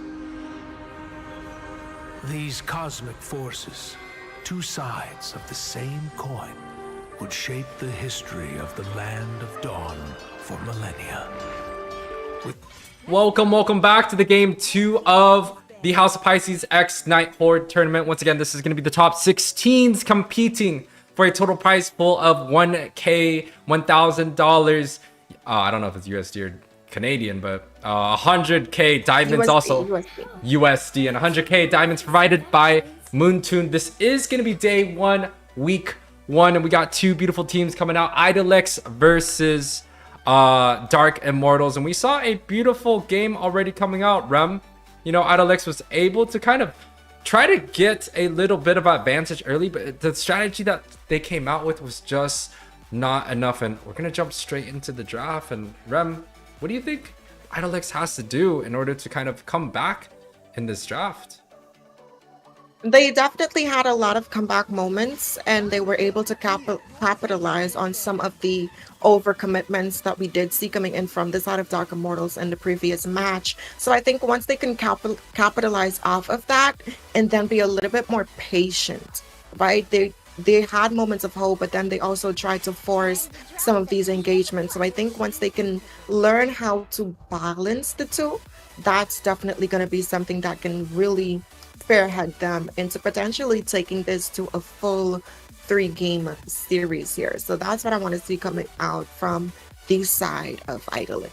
Yeah, we really haven't seen a full series coming out from this tournament yet so far. It's only been the first day, so can't really be expecting too much, but definitely looking forward to see if we could grab a full-on series here. Now, the opening feels like they are still looking for the same, right? We have the Fredrin coming out from Idyllics. Last game, it was Dark Immortals picking this hero up, so definitely feels like they are coming through with a specific strategy. The Fredrin is still quite the priority, but the Boxia is still available on the board, and the opening coming out from both teams seems like they're biting one of the other, coming out with the Raphael. I would not be surprised if we saw a Valentina come out here for the side of Dark Immortals.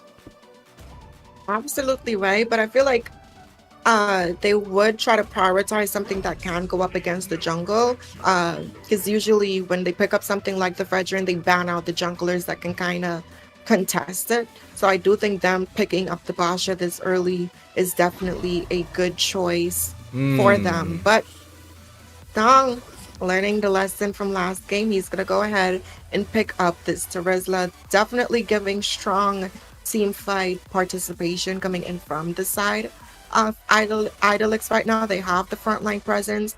Now they just need to get a little bit more damage on the board. I do like that they banned out the Bruno as well as the Aretho. Very hard to deal with in the late game, especially when you know you're going to set up for a little bit more chunky frontline. He can kind of poke you while you're trying to set up there. And they're going to go ahead and secure that damage. We've seen how well this Ixia can turn fights around. So I'm not mad at the first half of the draft coming in from Idyllics this time around. I think it might be a little bit too early. If you grab Ixia at this point in time, I feel like the side of Dark Immortals, they could choose to opt to go for a lot more dive heavy. And Yizong would definitely be someone that can single out Ixia during a team fight. But with the Bruno and the Rithel being banned out, that does leave a little bit less of a marksman choice. So just like you're saying, I'm not really too mad about the Ixia being picked out so early, but both teams not opting to go for the mages within this first phase of draft. It kind of tells me that, hey, both teams are looking to go, to ban out some of these mages. I do know the side of Dark Immortals, they're looking for a mage and a marksman, but on the other hand, Idyllics is looking for a roam and a mage here. I wouldn't be mad if the side of Dark Immortals were to secure something like the Valentina. I do think they would be able to secure the penalty zone for themselves as well. So that's something that they can potentially go forward to. They can also do something like locking in the Faramis. But then again, Idyllic still needs a mage and they can't pick up the Valentina, in response to that. So I feel like both teams right now have such an even composition that regardless of whichever mage they do decide to slot in for the first pick, there is still going to be something to respond to that with. So I do think they definitely need something that can really hold its own in terms of that mid lane matchup. I feel like something like the Lilia as well would be a good pick potentially for the side of Dark Immortals going up against Jada Wada on this Fredrin as well as Stong on the Terizla. So I do think something that's kind of safe and independent would definitely be the way to go for their mid lane. Well, just taking a look at both sides, I feel like the the side of Dark Immortals, they already have a little bit of magic damage, so their team is going to be well balanced here. They're going to grab up a mage and possibly a physical damage gold laner, so that makes it kind of like a 2-2 strategy, 2 mage, 2 physicals. But on the side of Idyllics, Oh, wow. a little bit more skewed on the physical side, and you kind of talked about the Lilia earlier. The Lilia does get banned out here, but this still leaves a lot of options available, right? The Novaria, the Valentina, those are 2 mages that we've seen quite often, and also the Kadita, which has been changed a little bit, but it still provides a very strong strategy if they were to opt to go for it. But no, they do not choose to go for both, and they go for the Fireman. The Valier comes out and play here, Rem. I love the Valera going up against all of that front line, and that is the EXP laner as well as the jungler. Idyllic still needs a roamer, right? So that kind of forced them into the mindset of picking up something like a support potentially, but they're hovering over the Atlas, and I do not like it. Me too. Into the Yuzhong as well as the Valir. That Purify is just going to get. Have you ever had fried squid, Yue? Yeah. Because I think we're gonna see some of that happening if it does go in. You mentioned as well the Kadita. I also do not like the Kadita pick into the Valir, as well as the Rafaela and the Yuzhong. I just don't see her being able to burst anyone down. And the way that Valirs have been building, they either go in for that Ice Queen one as the first item, and they go for some defensive items. So yeah, they aren't going to be able to catch anyone. The last 2 heroes coming in from the side of Dark Immortals, they have those purifies built in. So, but then again, I will say though, there is a lot of dive and crowd control coming in from the side of Idyllics. So if they can bait out some of these skills and then potentially have the Atlas goes in, potentially we're going to see Stong on the Terizla bait out some of these utilities, then we can see something happen. But for a head-on engage, I think it's going to go in favor of Dark Immortals here for sure. Now, we haven't really seen a lot of 1-1 being played out, so I kind of want to talk about this pick. This pick has been one of the most annoying picks going up against any of the frontline sets, so we might be able to see 1-1 kind of free hit throughout this whole entire draft. So actually, kudos to Dark Immortals here, able to draft a sort of composition that kind of has a pretty good counter coming through. But guys, this is going to be week 1, day 1, series number 2, the last series of today's stream right here. Idyllics versus Dark Immortals. Dark Immortals has the 1-0 lead against Idyllics, so we're kind of seeing how Idyllics is going to be able to bounce back in this series, hopefully taking us into a game 3. Absolutely right. And again, looking at the overall draft composition, I do think Dark Immortals has more answers across the board. Idyllics, they do have a strong composition, but I feel like them being able to execute what the draft has potential for on paper is going to be a little bit harder for them, especially when it comes to these head-on clashes, as I mentioned before. But we're seeing both these teams fight over the Lethal Wanderer. It's going to go into the hands of Idyllics, but in comes Carl there on this Yuzhong, forcing out that flicker coming in from Machu there on this Atlas. Yeah, an early Petrify for Flicker, which is going to be advantage for the side of Dark Immortals, right? The Petrify cooldown is quite low, just a little bit over that 1 minute mark, but the cooldown for the Flicker is about 2 minutes here. And the Retribution comes out, the roly-poly comes through with the Steel Super Cooley, already taking a small advantage for the side of Dark Immortals. And he can just roll in and out like that, and it's just nothing you can do about it. Just literally just a drive-by. But I got some bulletproof vests on if you're the side of Idyllics right now. Dark Immortals though going in for the pressure, finding the stuns. We're seeing a good flicker and pushback coming in from Enchantress there on this Valir pick. I love the combos that I'm seeing coming in going heavy for the aggression. They have a strong early game composition. This is their time to shine, and they're definitely shining right now, Yuli. Yeah, and it's definitely kind of a spicy mechanic coming out from Enchantress right there. Able to use that flicker, and now he's going to be level 4. So he should be able to zone out this neutral objective quite well, especially since Fredrin is still a little bit far behind. But the Black Dragon does come out, and Jada looking to grab up this objective, but the objective does end up going for the side of Dark Immortals. The rough waves comes through from Gia, but unable to catch anyone. The sustain coming out, the flicker penalty zone coming through, grabbing up 3 of the members, and a 2-man knockup coming out from that Kadita. Able to secure 2 kills for the side of Idyllics, and now, even with the neutral objective secured, it seems like Idyllics has the groove coming through. Now, I want to say Gia wait a little bit before she engaged there. She did use that ultimate onto Super Coley before they were able to secure that tower, but are all very sustainable. So she has to kind of wait for someone to set so she can actually deal that damage. Now, when you're playing Kadita in situations like this, you really want to wait for Valair in particular to pop that ultimate. Then you kind of kite him out and you flank him, or you wait for the Rafaela to use that Purify, and then that's your time to shine. So I want to see a little bit more patience coming in there, because they could definitely secure a lot more if they play a little bit slower. And look at Swizzer Cardi down here, able to kind of zone away that Terizla, getting that first clear early. We kind of saw the story that this XP laner coming out from Dark Immortals was able to get the first clear, but the roly-poly does come out, able to stun up Machu here. Machu caught in a dangerous position, but chooses to back out with that second skill. Idyllics able to kind of rotate against the side of Idyllics right here, just not really going with the waves, but mid side he does get popped up, and the Black Dragon ends up falling. Gia with the Kadita picking up another kill. Now it's KDA's looking at 1, 0, and 2, definitely looking to carry into this mid game, as the side of Idyllics has a bit of an advantage on the very first gold lead.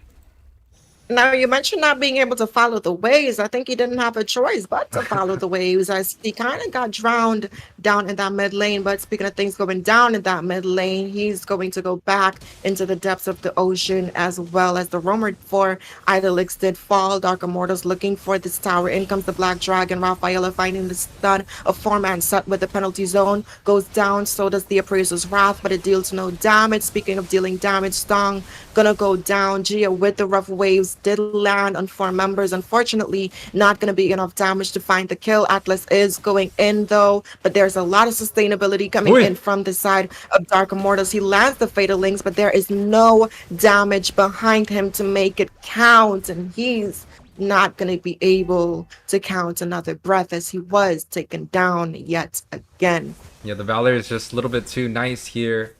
A lot of sustains coming out from the side of Dark Immortals and CC, so they could kind of just peel back and count on the mistakes that the Atlas is kind of doing, right? Machu earlier, he just didn't really get the set that he was looking for. He ended up dying before the second neutral objective, and then now with another set, he ended up dying once again. So Idyllics, they kind of have to play it slow, making sure that they have the communication that they need to be able to set up better team fights, especially with the failed links, because so far we just have not seen Machu too successful on this Atlas pick. Yeah, and it poses the question, well, who is he going to set, right? We're looking at the Rafaela, she's running the Purify. We're looking at Enchantress, who also has a built-in Purify, and then even Maxi here, but a Fatal Links did land onto Kovsky there. It's going to be taken down by Gia, but in comes the response from Enchantress. They're looking for the stun. She's finding them. The rough wild waves has been popped with Gia. She's going to be able to swim her way out. Machu there being able to use that flicker to escape the wrath of Dark Immortals, and that's just going to be Jada Waiter. Yeah, but we'll see you later. We'll definitely see him later, but Machu using a defensive flicker, that's not something we really want to see coming out from Atlas, right? We want the Fatal Links to connect, and along with the flicker, it should be able to be secured quite well, even against a lot of this crowd controls coming out from Enchantress. But without that flicker, Machu is definitely going to be caught in a very hard situation. The turtle coming down, but Idyllics opting to go for a more passive route, not really looking to engage on that objective. Seemingly, they want to go for the late game, but right here, it does seem like Dark Immortals, they still have the pedal to the gas, making sure that they're pushing out ahead in this matchup. Yeah, it's just about a 2K gold lead. Both teams are playing it very slow. We haven't seen much action in the top lane, surprisingly. We're almost going 8 minutes into the match. I think this is the most attention that we've seen coming in here. We are seeing a Fatal Links being popped, but Kovsky gonna go ahead and use that Purify to escape. 1-1 did land the crossbow with tank, so she's going in. Gia, though, finding the Petrify and the rough wallways, but a good response with the penalty zone to follow up, as well as the taunt coming in from the Fredrin in response. Really good engage there coming in from the side of Idyllics, but Dark Immortals is not done. Enchantress with the stuns and the slows and the utility being landed in, but unfortunately the damage is not quite there. But speaking of being quite there, we're seeing a Dark Dragon looking for the back line. They're gonna go ahead and force out that flicker to escape for the side of Kobe there on Idyllic. Yeah, it's a little bit of a late response coming out from the Dark Dragon, but Enchantress, look at a whopping 0, 0, and 5. He's going to be so extremely annoying, especially building up to that Ice Queen wand along with the glowing wand. You know, it's kind of like the double whammy build that most of the Valiers are looking to go for, and especially with the KDA like that, he's definitely farming quite well. And he also got, but the Black Dragon on the top side. I do believe Atlas Machi was able to get that Fatal Links onto the Black Dragon, able to kind of chunk him down, especially with Kobe there. Idyllics able to push back the score. 6-6 is going to be on the scoreboard. 8-9 minutes in, but the boss side, Super Coley looking to go for a small engagement here. Yeah, but look at the whole team from Dark Immortals coming in. Machu looking for the back line. He's not going to be able to find anything, but he's now put himself in an uncomfortable position. Both teams, though, going to go ahead and disengage. There's nothing much to fight for on both sides here. And I like the discipline coming in, but you wait, take us into some of these items here that we're seeing. Yeah, we do see Raphael picking up the flask earlier. We also see the glowing wand being picked up by Valier, so it's going to be double the annoyance coming out from that fiery man. You have the anti-heal being built from the side of Boxia, so he's definitely going to be looking quite tanky. But on the other hand, we actually kind of see a more greedy build coming out from this Fredrin. He opts to go for a brute force. I think it's to negate the slow coming out from the Ice Queen wand, but I'm not sure if that's going to be enough, because Enchantress has just really been so impactful with this Valier, especially on the early game. The Lord Dance coming through for both teams, and both junglers are in a pretty good position. Oh, but speaking of being in a good position, Machu is not, and that's a crossbow attack being popped onto Stong. He's going to go ahead and use that penalty zone, but the dash is going to mess up his target range. Gia is going to be taken down. You mentioned the influence of this Valier finding this Fredrin, and that's going to be a killing spree and a full mana wipeout for the side of Dark Immortals. And now they're going to just open this map a little bit more here, Yue, and they could potentially take a lot with that wipeout here. Yeah, they're taking the mid tower. They're potentially going to push onto the first inner inhibitors, as some of the Idolix members are still looking to respond, but they opt to back out, going for the next neutral objective. Dark Immortals looking to take this Lord completely uncontested. And I feel like Idyllics is just a little bit tad late. They lost all 5 members on that group team fight, leaving, I believe, 4 of Dark Immortals members up alive. And if we're looking for a team fight like that, it's definitely advantage for the side of Dark Immortals.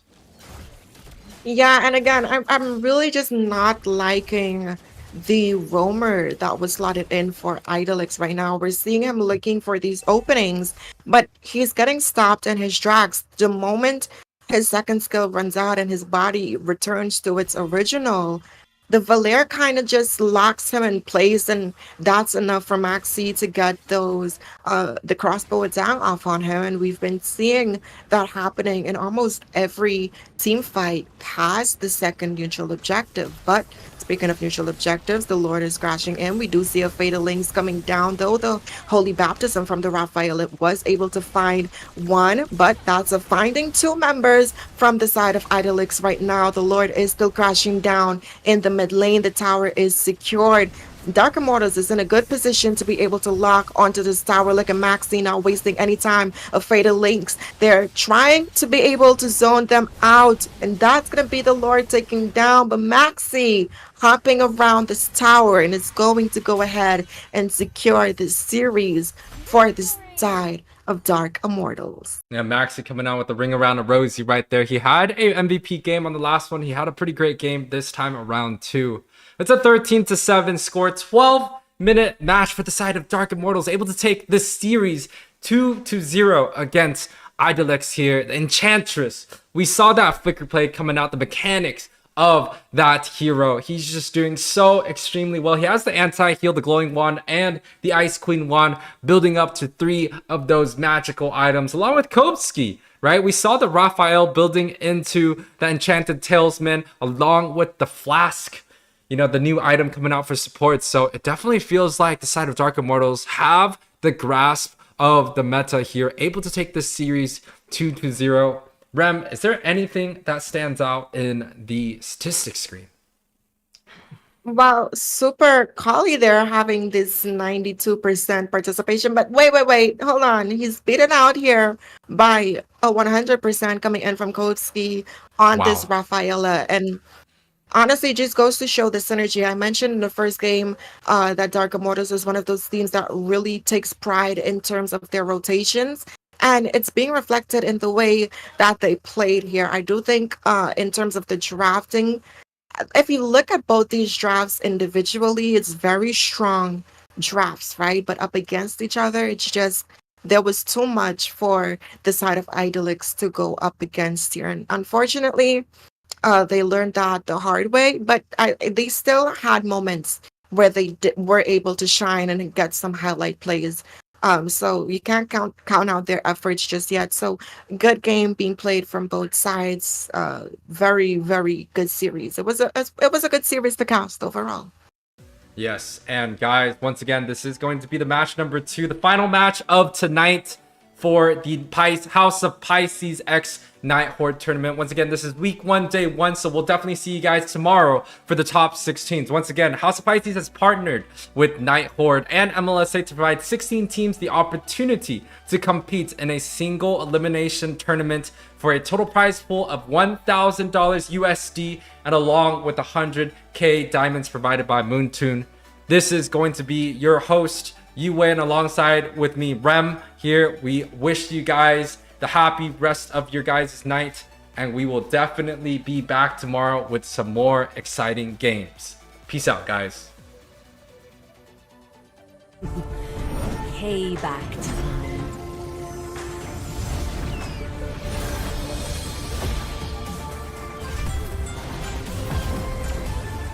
My world is the sky.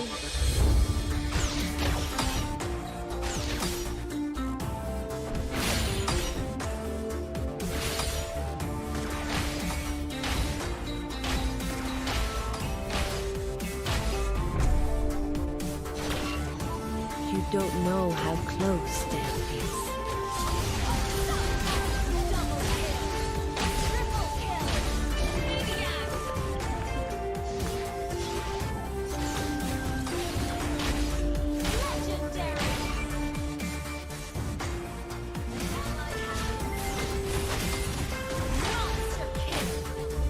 Feel my pain.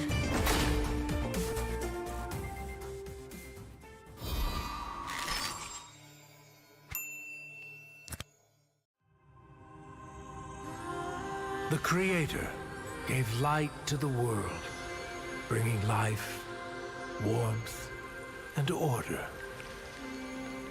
But from that act, darkness was born, and with it came death and chaos.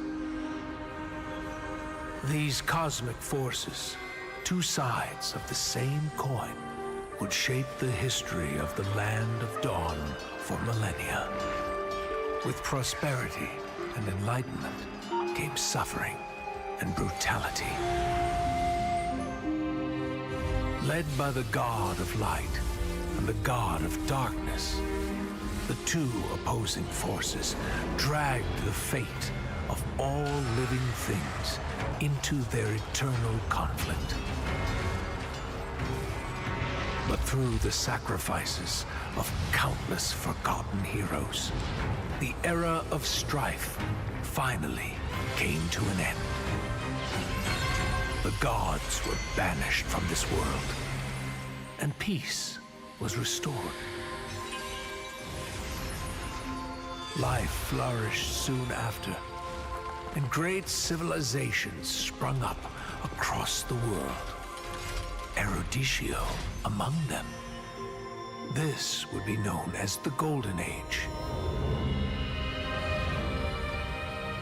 Of course, this is our history that every scholar in Eruditio knows by heart. But when I was swept into the infinite gateway, I looked back and saw something different. I saw the North consumed by the blight of war. I saw the Great Plains ravaged and soaked in blood.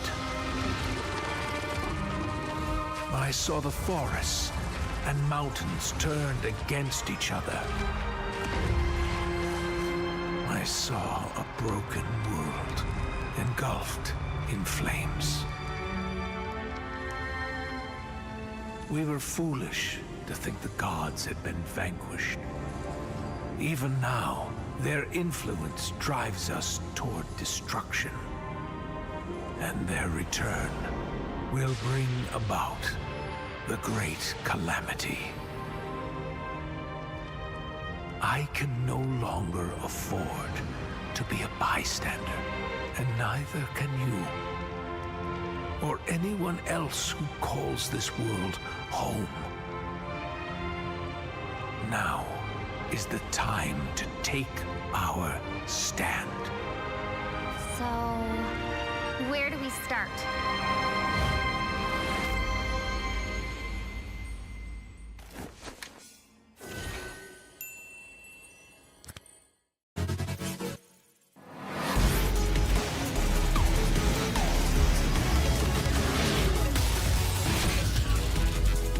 Engines roaring and ready to go.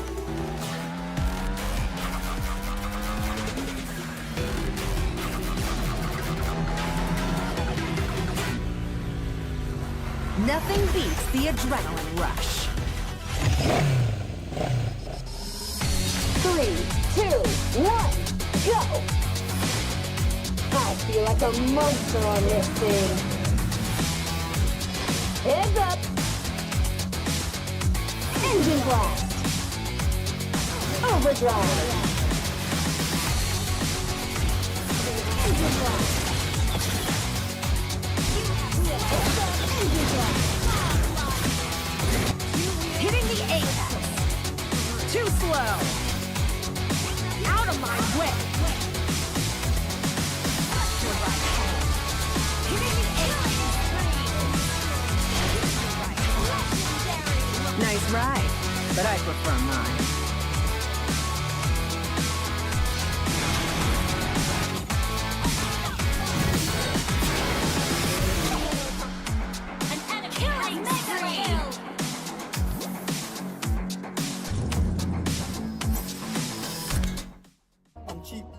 Chick like, yo, can I borrow your Netflix? She a feminist, she think I'm sexist. Twisting my words, I'm fishy, dyslexic. Give me my space, I'm intergalactic.